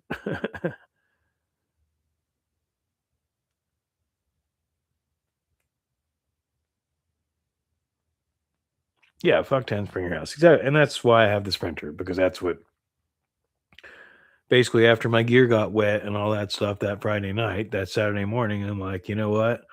I need to reassess. Why am I doing this? I was in a van before before the Tacoma happened. I was already in a van, the Eurovan that you always see out front. And that thing was great. My motor scooter popped right in the back. The back hatch opened up like this and was all waterproof. So you already had a back porch as soon as you open that hatch. And I'd literally pull up, pop open the hatch, pull the motor scooter out, unroll my bedroll, close the hatch, hop on the motor scooter, and ride off as soon as I got to the festival. It took me 5 minutes. And that's what I want. That's what I want again. Battle of the streams tonight. Oh, yeah? Well, I don't think I'm going to be on too much longer, although who knows? Don't take it personal, but I don't necessarily want to be. I'm kind of tired. Obviously, since I keep yawning into the microphone. And strangely enough, every time I smoke more of this tobacco, I get more sleepy and heavy eyed. I can't figure out why.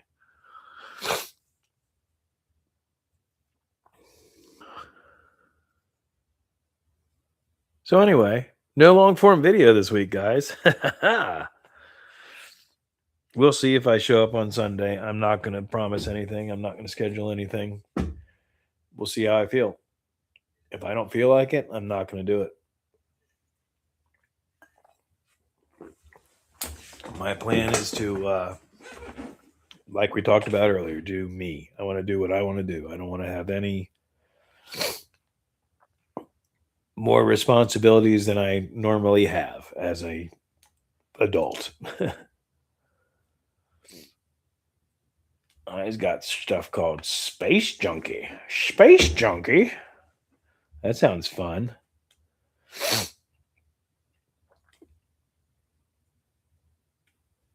I'm going to caulk the dum-dum and paint the rubber boot and caulk emergency exits and seal it with Henry's and call it a day. If you didn't put caulk on them, because you could actually create an issue by making water go where it wasn't going before. Up to you, but I'm running out. Running out of patience? Running out of Henry's? Did you already get the Henry's? Did you go on a mission today to spend more money?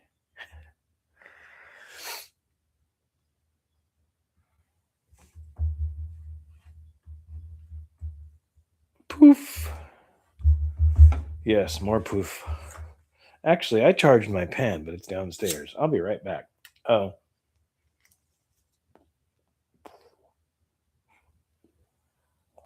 Yes, patience, ideas, glue, caulk, tobacco. We need answers. I'll be right back.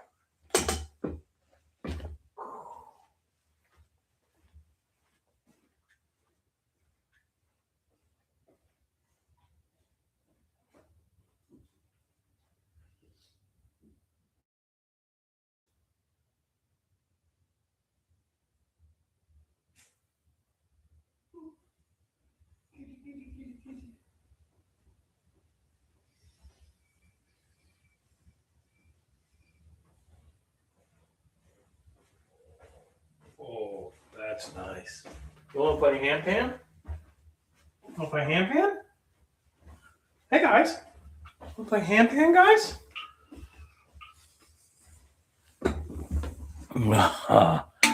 Oops.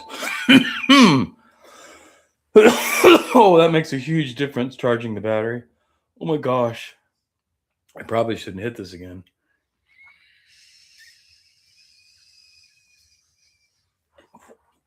Oopsie. What have I done?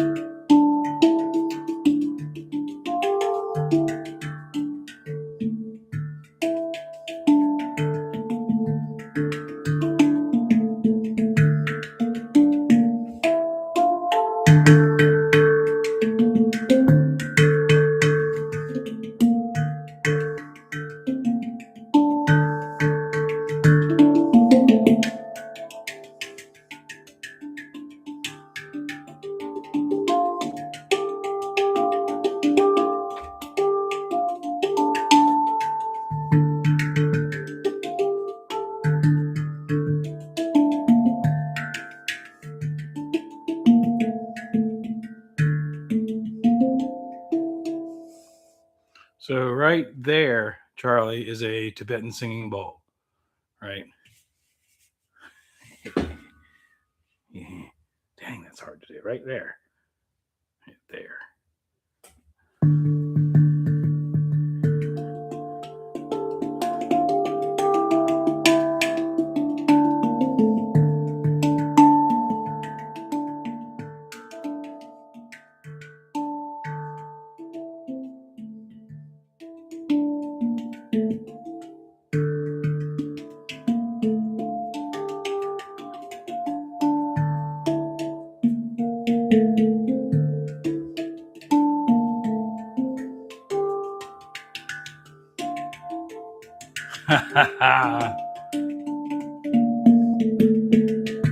Oh man, nice, y'all.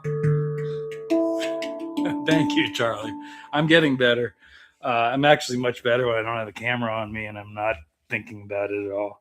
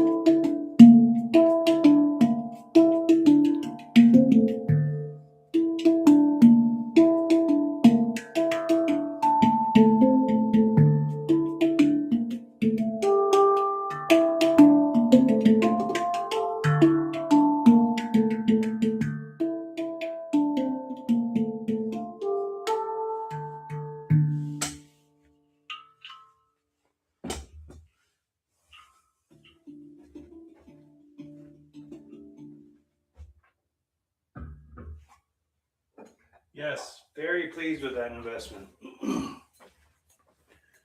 I've been trying to get into the habit of playing it at night before I go to bed. And then,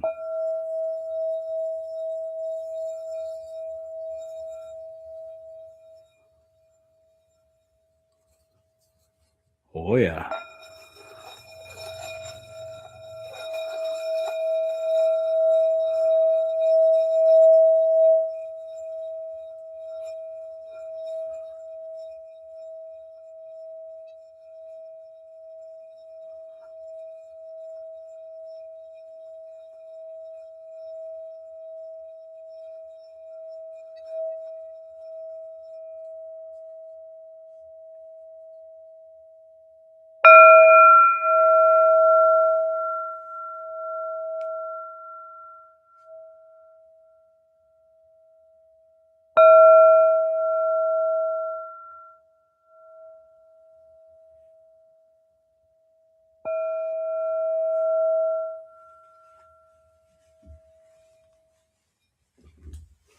Good stuff.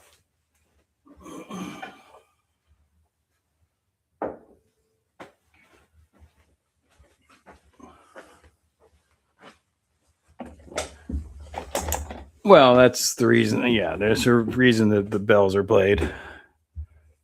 Excuse me. Bells are powerful stuff, man. And the Tibetans, those singing bells and bowls are tuned to your chakras. If you believe in any of that stuff.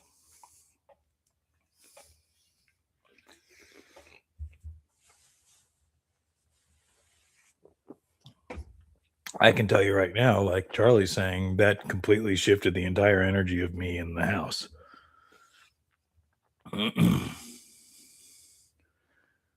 I'm a chakra healer. So now I just need to burn some sage. Charlie, I'm not making fun. I've been a hippie for many, many years. I mean, I am making fun to a certain degree. I have fun with the idea. It's like what is it? The agnostic's prayer. Oh my God, if there is a God, save my soul if I have a soul. You know, do I believe in energy healing and do I believe that energies are very powerful and stuff like that? Yes. I also believe there's a whole lot of people that are full of shit that make or try to make a bunch of money off of it, just like anything else. That makes the beer go down smoother. Actually, depending on what direction you're trying to go with any type of spirituality, alcohol does not have a positive effect. And musically, same thing. We've all seen musicians where there's a fine line, just billiards, anything, shoot and pool. Oh, beer one and beer two kind of get you dialed into your game, but then beer three and onward just get things worse and worse and worse. You may think you're doing better, but you're not.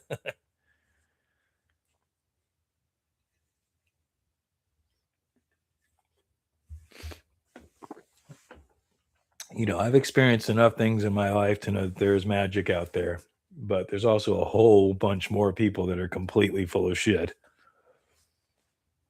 which makes it that much more magic. Sake bombs are crazy. Are you doing sake bombs? Weren't we just talking about that you'd rather smoke and now you're doing sake bombs? What's a sake bomb anyway? I like the buzz from sake. Sake's a completely different buzz. Rice wine did Sunday. What is it though? Is it dropped into a shot of sake dropped into a Kirin or something? Isn't Kirin Japanese beer? Yeah. Sake and beer. So yeah, it's a sake dropped into a Kirin probably. And tequila makes her clothes fall off. 101 and Red Bull. No, that's oh shit, I don't even remember. What is that called? Whiskey makes you want to fight. No, whiskey does not make me want to fight. It makes some people want to fight. Vodka says you can fight the law and win. Cold beer.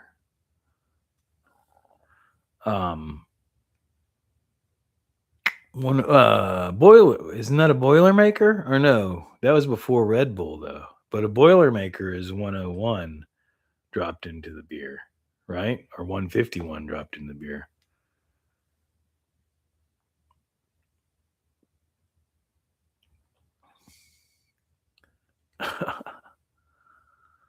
My Irish and my German is what gives me my alcohol tolerance.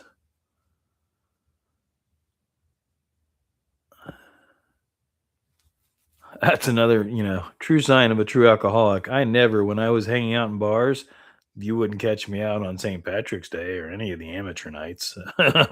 Oh, aren't you going out? Hell no. Watch a bunch of damn amateurs drinking green beer and puking all over the place. I thought it was Bailey's. Yeah, Scotch, Irish, German, and English. Yeah, yeah, very, very similar, except much more Irish and German mostly.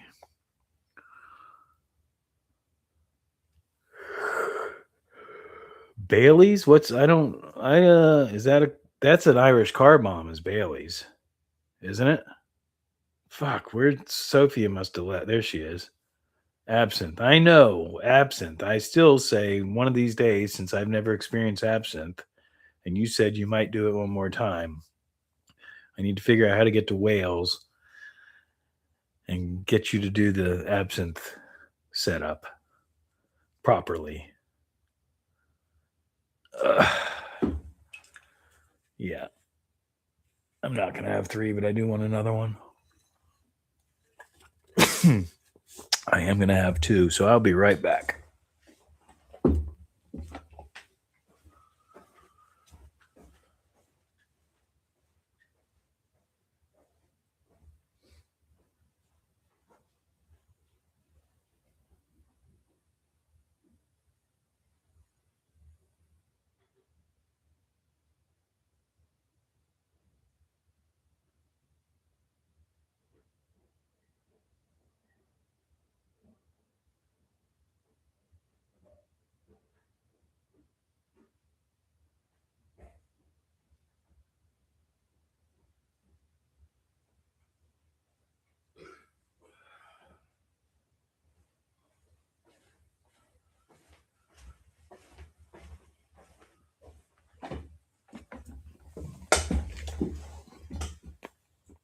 Excuse me.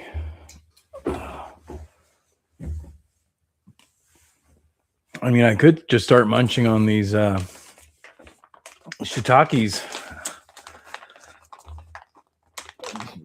Big shiitake snack bag I've got here. These fucking bags. I hate these stupid bags. How the hell are you supposed to open that? Oh my gosh. Ooh, I'm glad I put it in that bag. Little shiitakes. Mmm. Hee hee. Hee hee.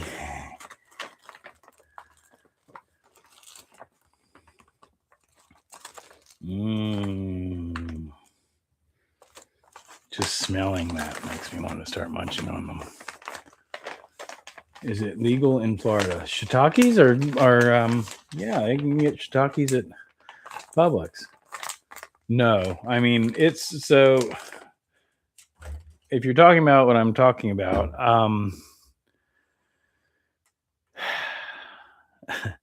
back in the day, I haven't looked into the laws recently. Back in the day, technically, if they were fresh, they were legal. Right. Um, so yes, technically, if they're fresh, they could only get you for trespassing if they caught you on somebody's land without their permission. Once they're dried, however, that changes the entire dynamic. I don't know if that law is still worded the same. Um, and consumption is not illegal. So, how do you consume them without possessing them? But so that's, there's some fine lines there. But when I got in trouble many, many years ago for having some of that, which could be pretty big trouble. But thankfully, they, you know how they drop some of the charges and just stick these charges and toss the other ones. They toss those. But my defense was, I already had my defense, which was, oh, Mr. Judge, they were fresh when I got caught. They must have dried out when they were in the property room.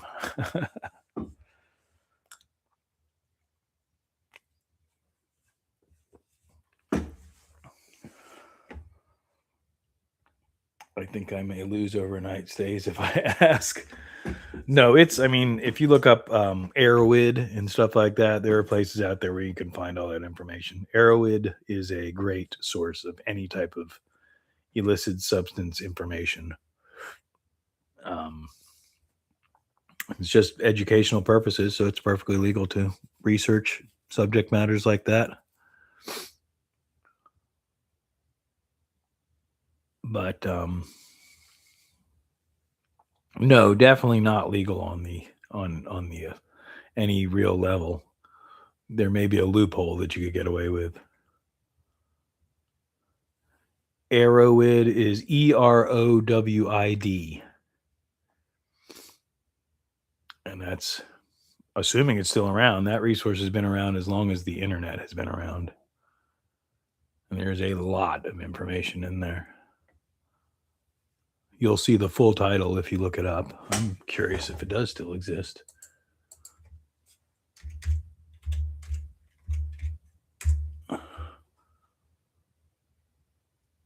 Oh yeah, yep, absolutely. They're actually respected now too. That's awesome. Used to be a totally an underground thing, but looks like they're finally getting respect as a resource. Absolutely, Charlie. And there's again all the information you could ever want to know. So what happens here, Schmoke? Flip the screen. I want to see. What's going on, teen? How are you? Welcome in. You've been in at least one of our little after parties, haven't you? Swell. We're just talking about illicit drug use and stuff like that, which is totally illegal. And smoking tobacco, wink, which is perfectly legal. Once, then passed out. Yeah. If I'm doing an after party after a DJ Real One live, it's either he did a really short live and it's early, or it's 3 or 4 o'clock in the morning Eastern time. And as soon as I turn on the camera, I'm regretting it.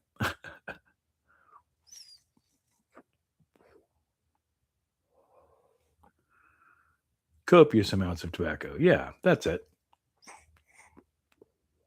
Yeah, I should twist one up because it's much less obvious, but on the same token, whatever. Wacky tobacco. Left-handed tobacco. Use a hemp light, bruh.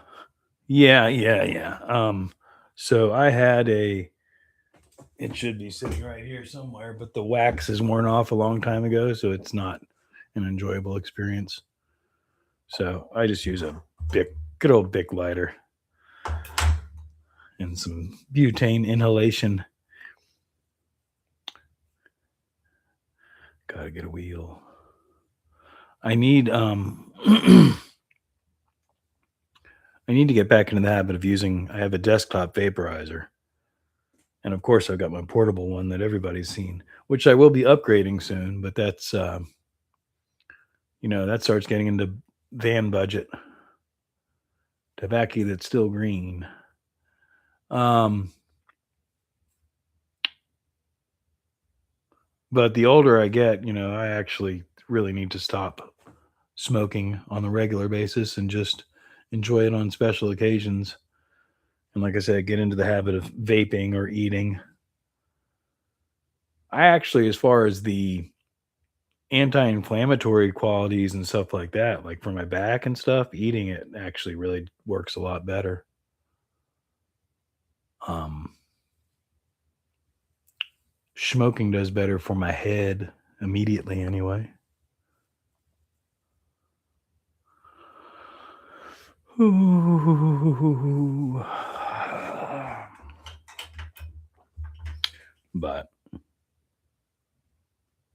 you like gummies or baked goods? Either, both. I actually have a pack of gummies here. Thing is, it's hard for me to get because I don't have my medical card and we don't have recreational here.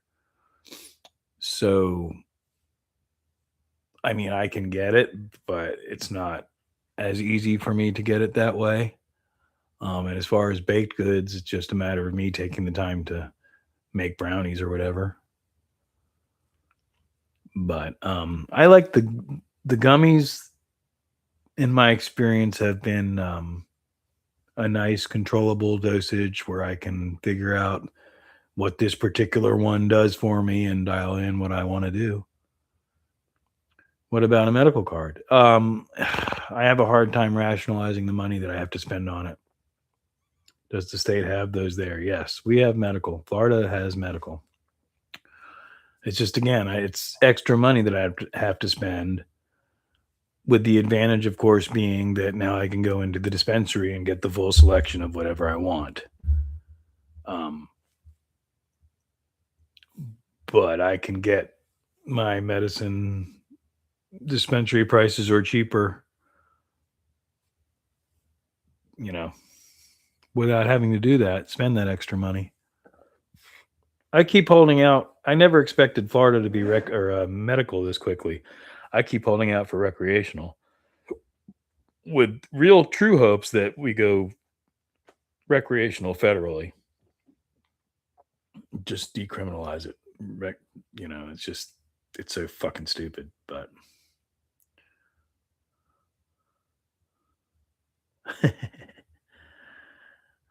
yeah, man, he should.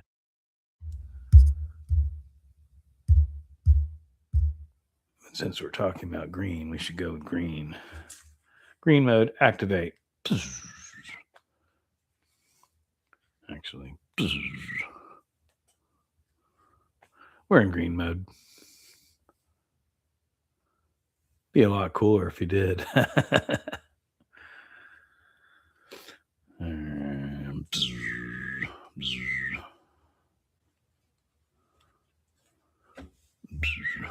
Oh.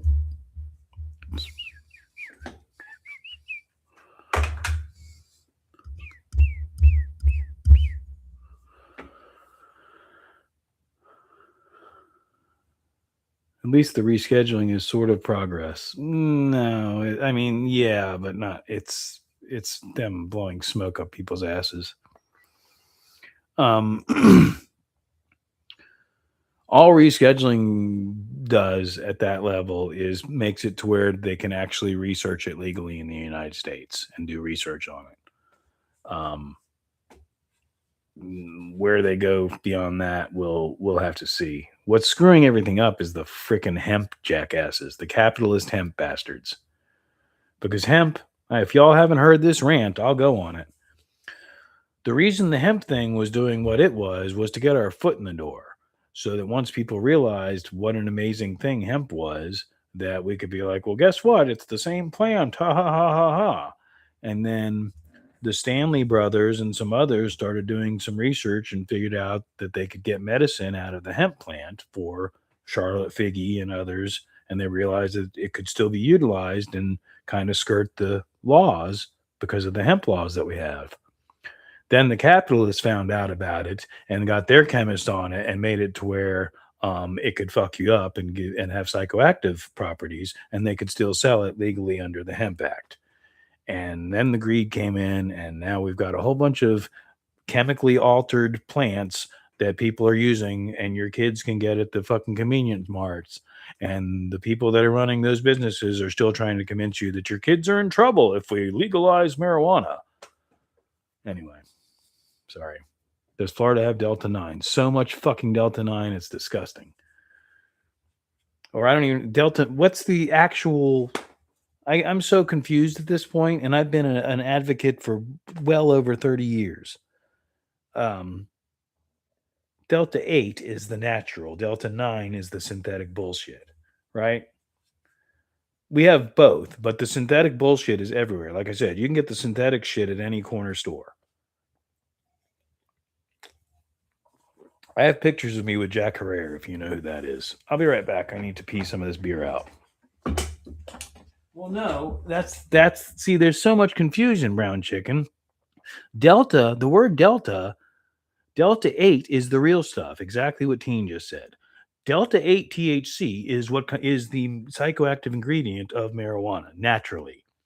This Delta 9 shit is some synthetic shit that some greedy bastards fucking created in the laboratory. We have no idea what the long term effects of it are. We have no idea, any of it. Anyway, be right back.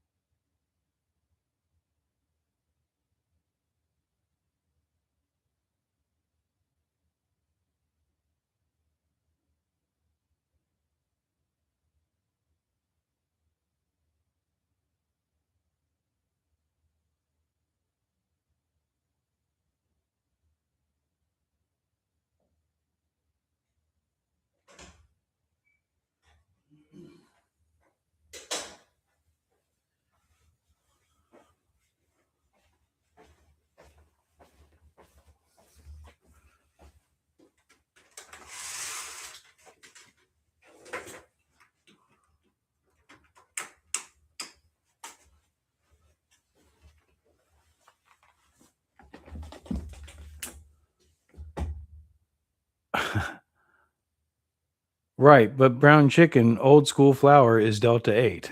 That's what Delta 8 is.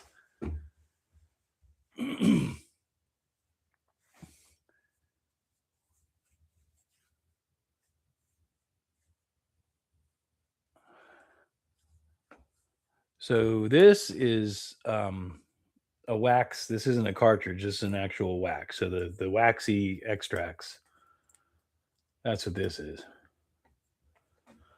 But no, that's the difference, and that's what pisses me off is all the confusion that they brought in. Because the original CBD thing was a absolutely a positive thing. It was done with the purpose was because we knew that the plant had psychoactive ingredients that could be therapeutic, but we didn't want to get our kids fucked up. So again, the Stanley brothers specifically, and Charlotte Figge was the first cancer child, whatever she had, lymphoma. Anyway, it helped her exponentially without any psychoactive ingredients. And then they started figuring out how to get the psychoactive ingredients out of the hemp, which I already bitched about. I don't trust the cartridges because I don't know what's in them. I know exactly the source of this extract. Just legalize it already nationwide. Exactly. You know, Big Daddy douchebag wants to get a bunch of people on his side. Force that through. Um, but he won't.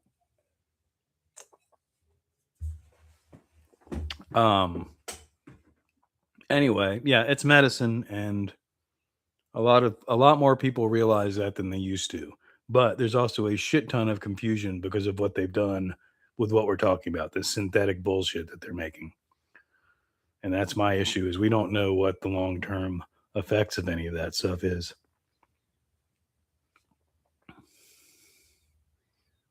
I know it's in my carts. I'll write a letter. Do it. Well, see, so Carney, when the carts first became a thing, I was buying the empty cartridges off of eBay at 100 at a time and making them myself. And then they started realizing that the carrier glycols and glycerins and all that stuff weren't good for you.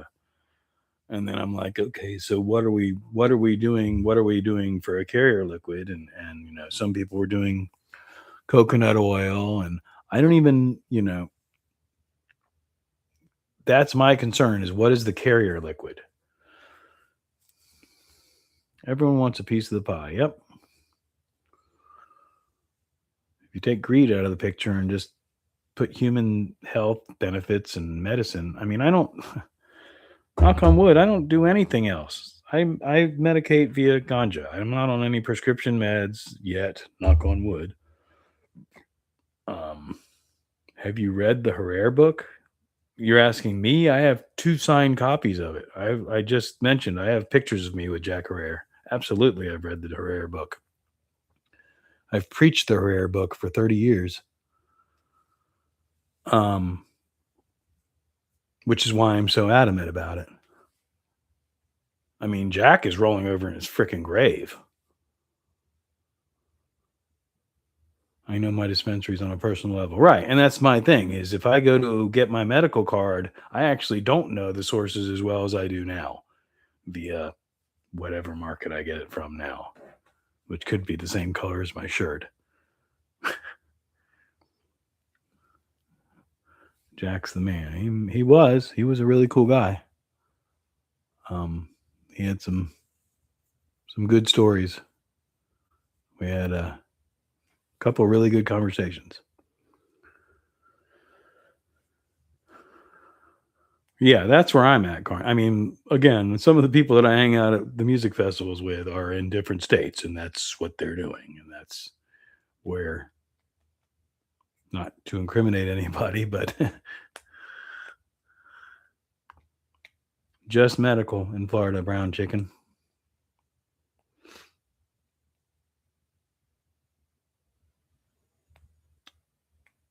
Just mad. What you working on in the shop right now? So today, this live is me saying that there was no long form video on this week because I'm kind of burnt out. So as of today, I'm going to take a week off. But what am I working on is the Sprinter van, and I just didn't want to put out a whole bunch of more of Sprinter content, and I'd rather focus my energy on doing the things that I want to do to it, which is cleaning it from the previous owner and fixing the few issues that it has and finishing installing my stereo system and making it the way I want it. Was your channel based building bikes and cars or what? That's the problem there, so loud. What that van get for gas mileage? I haven't clocked it yet, but around, I mean, if you baby it, like 23, and if you get into it, 16 to 20. Who taught you? Taught me what? Then do a tour if you want. 100%. Right, and road, and I could, again, we could do some vlogging and stuff like that, but again, I still have to take care of these cats. So Loud, my channel base is all of that. It's Schmoke Shop. It's a guy with a personality and whatever he's doing in his shop that day. That's my theme, and YouTube has a very hard time wrapping its mind around that. How to work on vehicles. Me. I have worked in a couple shops, but basically I learned through necessity. I've always taken things apart since I was literally 3 years old. When I was 3 years old, I took apart the screen door on the back porch, and my mom came out and caught me and freaked out and shut the program down. And When my dad got home from work, she's like, "Oh my God, he took apart the screen door. I have no idea how to put it together." And my dad looked at me and said, "Can you put it back together?" And I said, "Yeah." And dad said, "Give him the tools back." And she gave me the tools back and I put the thing back together again at 3 years old. I don't remember it vividly, but I do remember doing it and I've heard the story a million times. They're outdoor cats now. No, they're not. I can't. Two cats, they were my mom's. And when my mom passed, basically I inherited them because my dad, again, this is all out there, so it's not anything secret, but my dad is old, not ancient, but he's getting up there, and he can't really take care of the cats. So I inherited two cats. And then working on vehicles, like I said, mostly just necessity and something that I enjoyed, and taught by Chilton's books, a basic mechanical knowledge and research. And the more that the internet became what it is today, that's what shocks people. Oh, how long have you been? How did you learn to do all this stuff? It's like because we have the entire resources of the information age at our hands. If I need to learn how to do something, I type, "How do I do this?" And it tells me. So again, it's mostly just a lack of. I'm not fearful of picking up a wrench and taking something apart. Do the stuff to the van, video it, but schedule the videos out with other videos in between. Well, exactly. And that's what this downtime, if I focus and stay with the YouTube thing, that's kind of what I'm hoping to do is accomplish a bunch of shit with the sprinter, get it all in the can, and have that to play with, and then get back into the cycle of making videos again, knowing that I have this other stuff to fall back on. Brown chicken, they're like 12 years old and haven't had shots since they were kittens. So to let them out, they would immediately get sick and die, and or get killed by the neighborhood cats that are already established. The cats' names are Little Bit is the black and white one, and Guinness is the big, fluffy fur ball. You're naturally mechanically inclined. That's a blessing in my book. Yes, it is. I'm very thankful for it because if the shit hits the fan, I can still fix broken shit. You just need a lava lamp on the other side. I've never had a lava lamp. I have one of those plasma lamps with all the lightning balls that shoot out. I should get that and bring it in here. Hand pan time.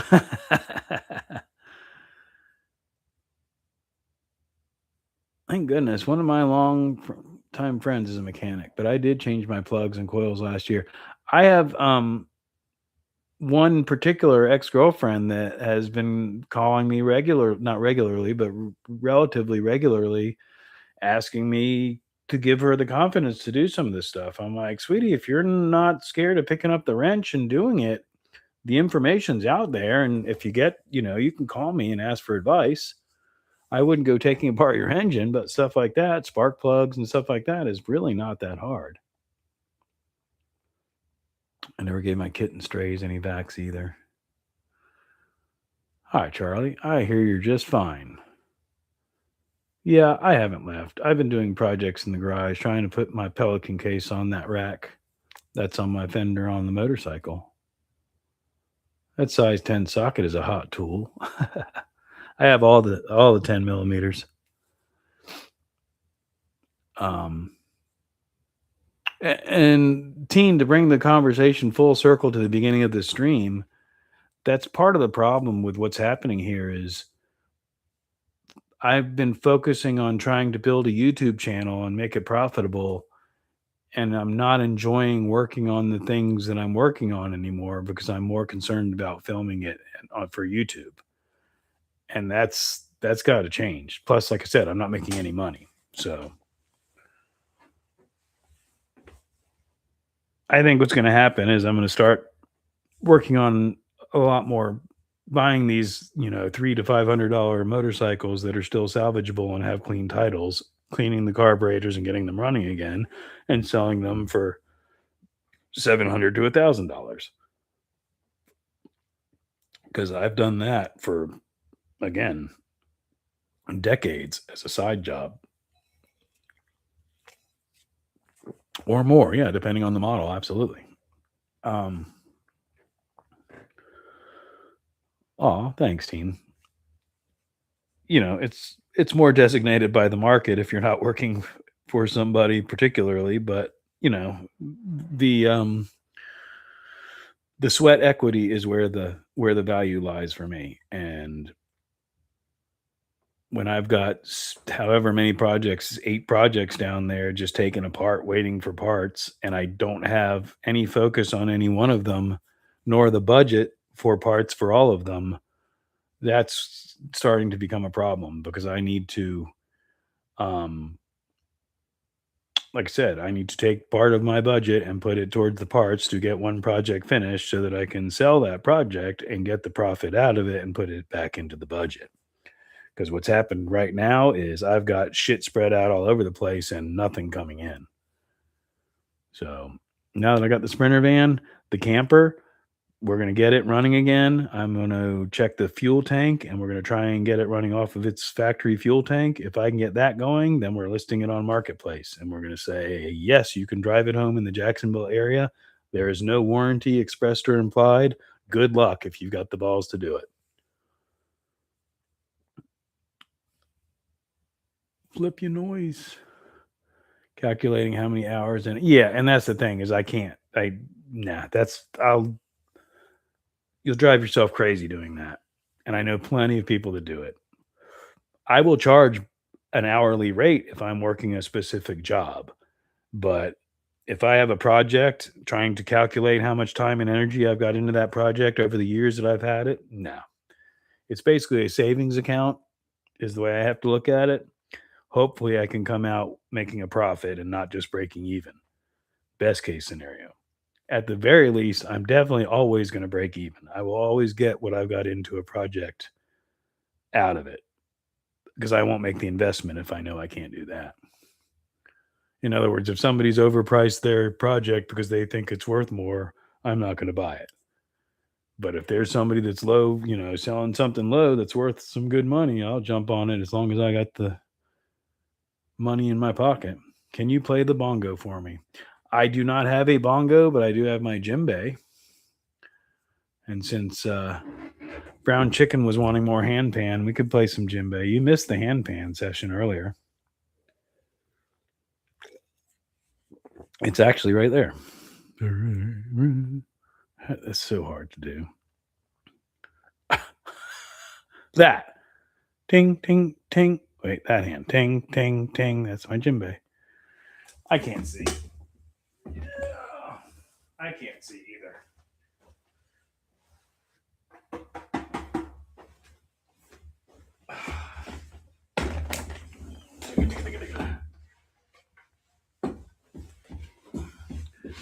Djembe, big drum, African drum, hand carved from Mali. There's not enough light. You can't see the carving. You might be able to barely. But yeah, that's all hand carved. Bang your drum, boy.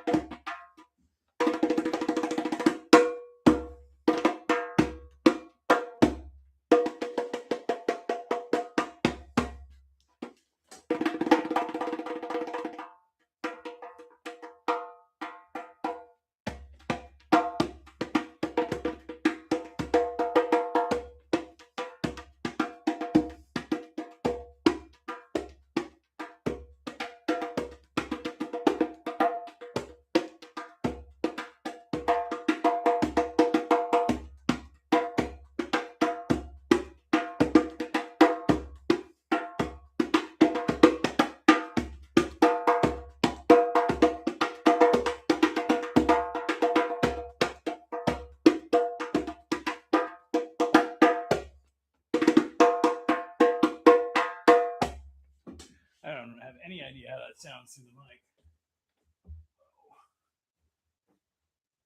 It sounds really loud to me. Really, really, really loud. Thank you, Teen. I appreciate it.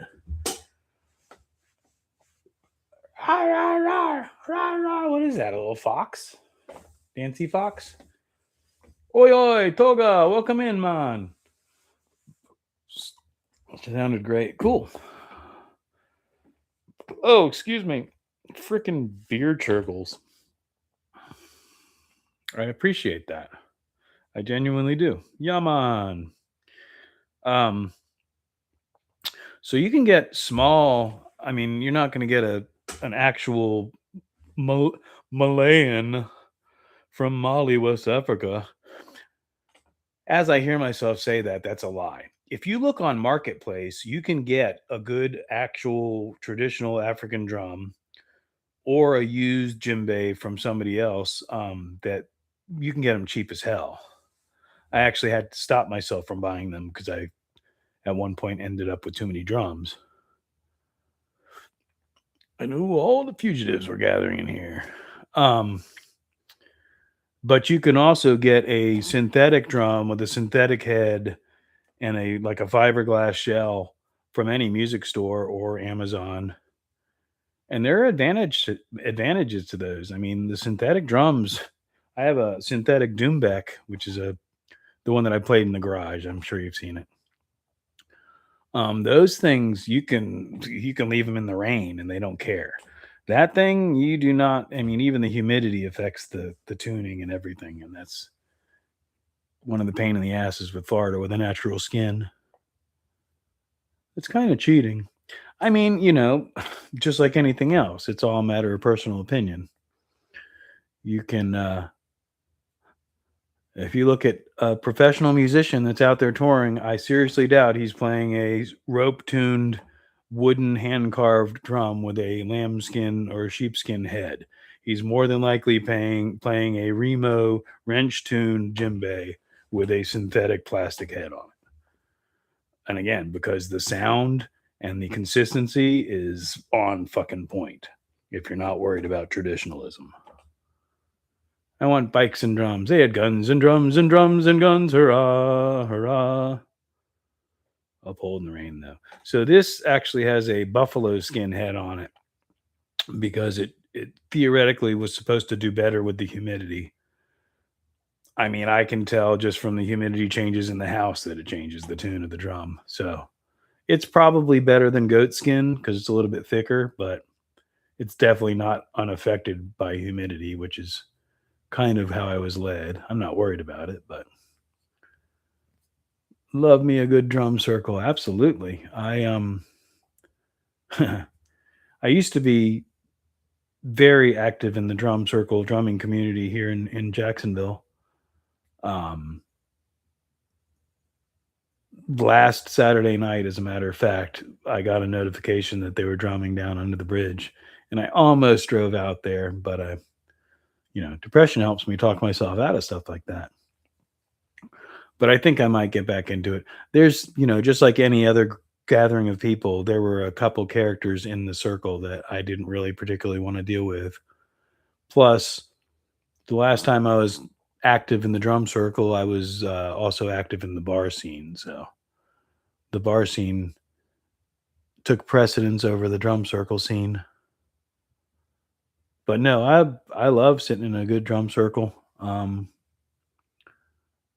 because it allows you to play off of other people that are maintaining the rhythm. And if you're in a good circle, people will understand their limitations and know that we're just here to keep a basic rhythm while these more experienced players add in a little bit more color.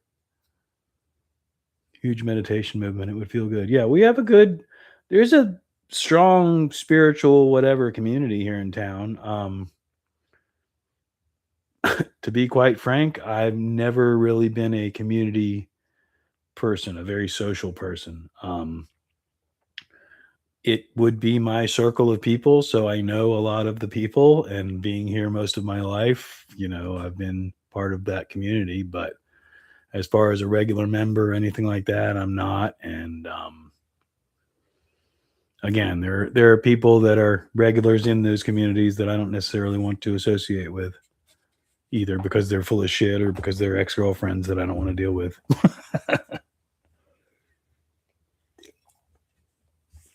For instance.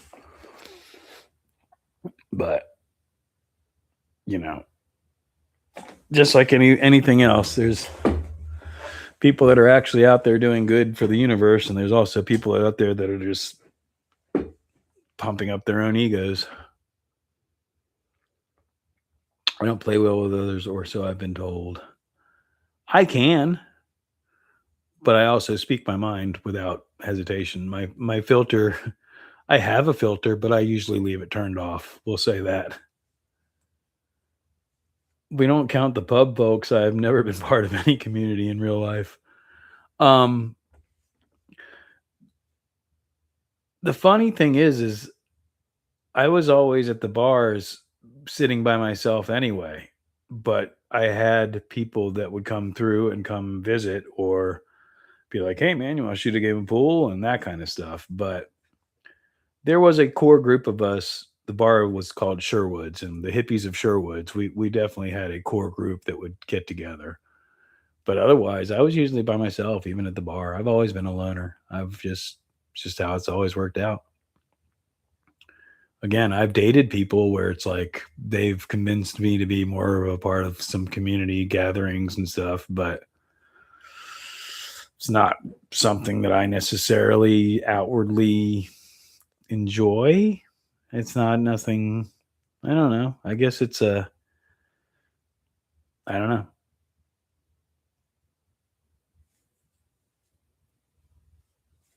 Renaissance worker, NPC, non-paid actor. The drummers there always move me spiritually. So, um, hellions, all of them. The music venue, the Spirit of the Swanee Music Park that I speak of a million times a stream because it's my favorite place. Um, Back in the day, they used to have Renaissance fairs out there, and there was actually a facade of like a castle and all this stuff. And one year we had the drum circle in that castle facade. And I don't even remember if it totally got burnt down or if just the fire got kind of out of control because the perimeter was kind of laid out with railroad ties or whatever. There's bit. And when the late night, 3 o'clock in the morning, when the drum circle was really going off, people started throwing the frickin' railroad ties in there, and we had a really big fire going. The place is still referred to as Renaissance Camping Area, but that castle is long gone. There's no remnants of it or anything. We had some big fires out there. And now there's actually a drum circle camp, a designated drum circle, but they put a bunch of RV sites right up next to it. So I don't know. I mean, we haven't had a drum circle out there in years. Oh, Guinness, you're so old. Look at you all stiff and waddly. Oh, baby. It's funny because one of the user groups on Facebook or whatever, one of the kids was talking about something about a drum circle, or I don't remember what he was talking about. And I was like, man, we were drumming out there long before you were born, son. Not to be that guy, but it's like there have been plenty of drum circles out there that's just died. I'd love to bring it back, but I don't want to be that guy because that's been asked of me before. Oh, you could be the facilitator. You could be the drum circle facilitator. We'll give you a free ticket to the festival. It's like, yeah, I like not having any responsibilities when I'm out here. Plus, your ego immediately comes into it, whether you want it to or not.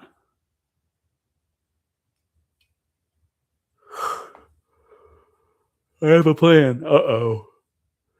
This could get dangerous. Excuse me.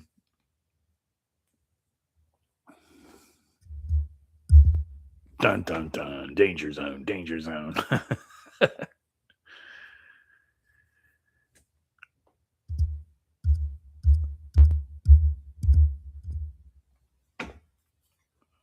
To help people, right?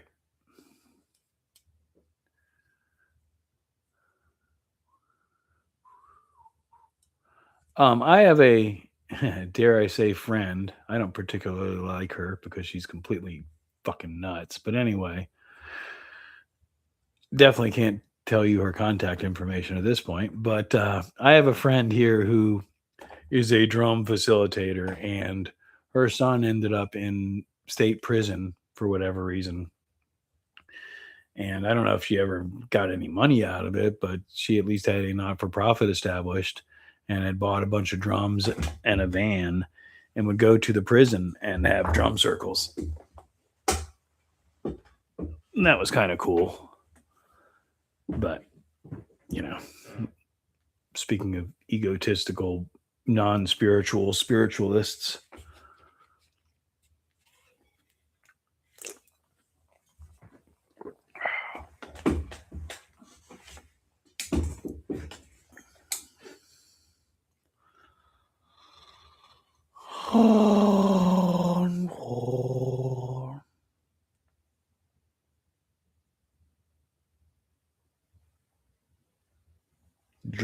drum.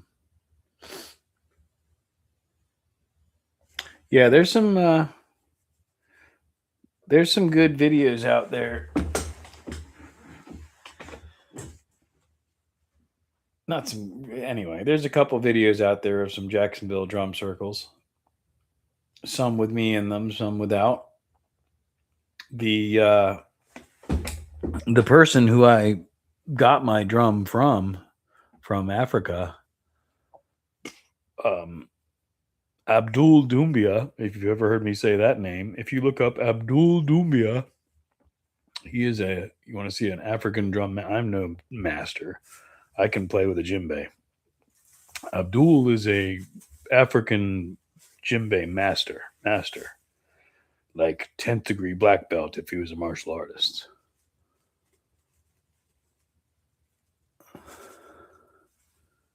What's 816? What did I miss?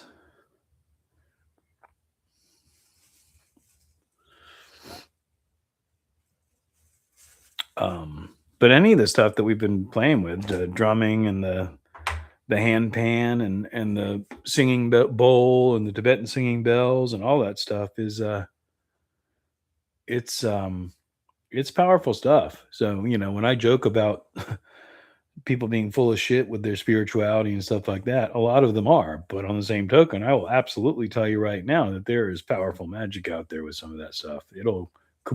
I have literally seen people basically have a complete breakdown and rebirth just from a sound bath, which is playing with Tibetan bells and gongs and stuff.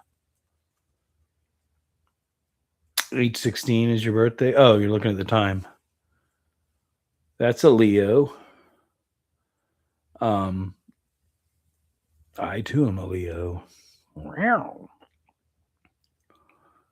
But you know, that specific matter, you know, sound baths and stuff like that. I've also seen people that are just like making noises with a bunch of instruments and convincing people to spend $50 for it.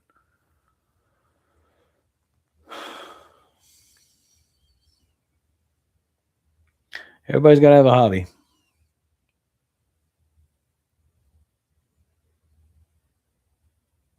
Whew.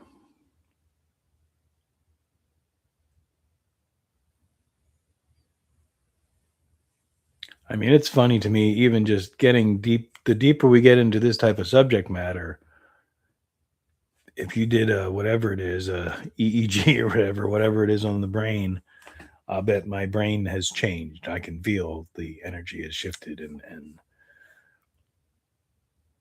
shifted more to a different place, different mindset. It's funny.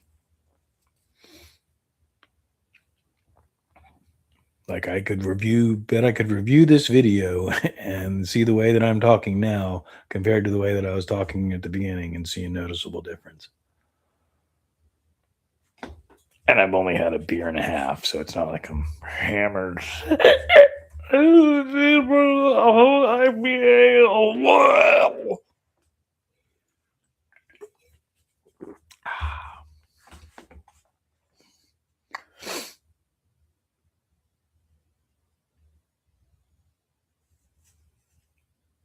$8.20, $4.20 somewhere.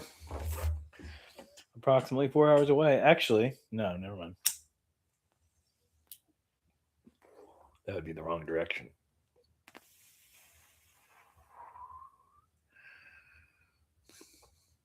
Anyhow, 8:20 puts us at 3 hours.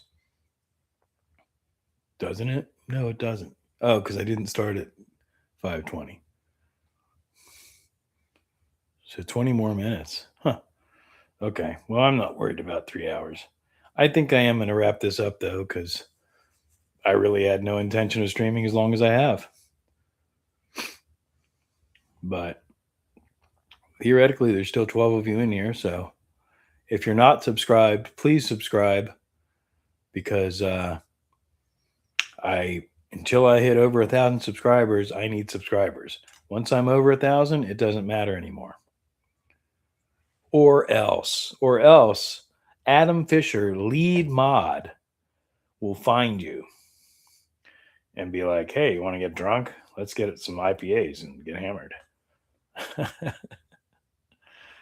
I enjoyed tonight's chat. Thanks, Smoking Chat. Thanks, everyone who's been here. Charlie, Adam, Teen, Renegade, Sick. Everybody's been in here. I can't even go through the whole list. Motobomb, Quick Shoe. Everybody's been in here. I know, Adam. I'm just kidding. That's why I did it. You know that.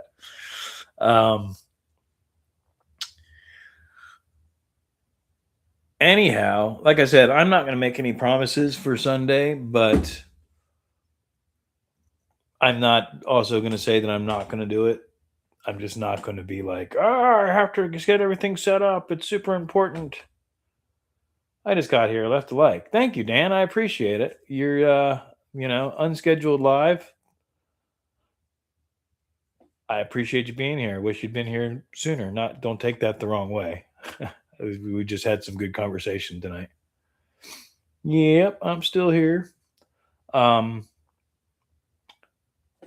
Peace, team. Like I said, I'm not going to say I'm not going to be here Sunday. I'm not going to say I am going to be here Sunday. We'll see what happens on Sunday. But officially, as far as scheduling stuff, I'm taking a week off.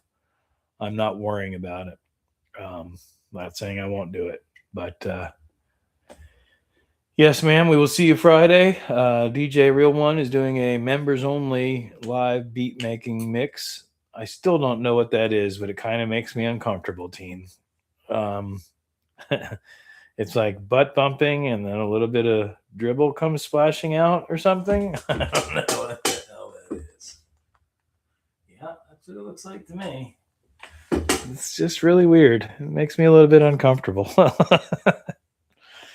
Anyway, y'all, I appreciate y'all being here. Like I said, if you're lurking and you have not subscribed, please subscribe. I need it. Passed out early. My CPAP battery's timed out. I had to download app again. Catch you later. It's an elbow bump, dude.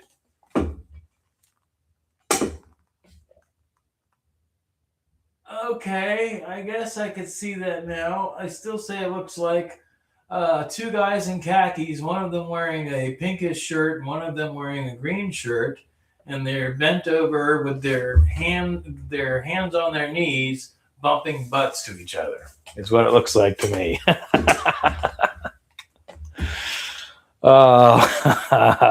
Hey, Dan, man, I took a nap earlier. If I feel tired, I go down for a little while. At my age, I'm tired of. I don't sleep well at night anyway. Yeah, now you can't unsee that, teen. Every time you bring it up, you're gonna see that instead. Anyway, love y'all. I'm gonna shut it down. Have a wonderful night. Party on, shoppers and sconers. Love y'all. Peace.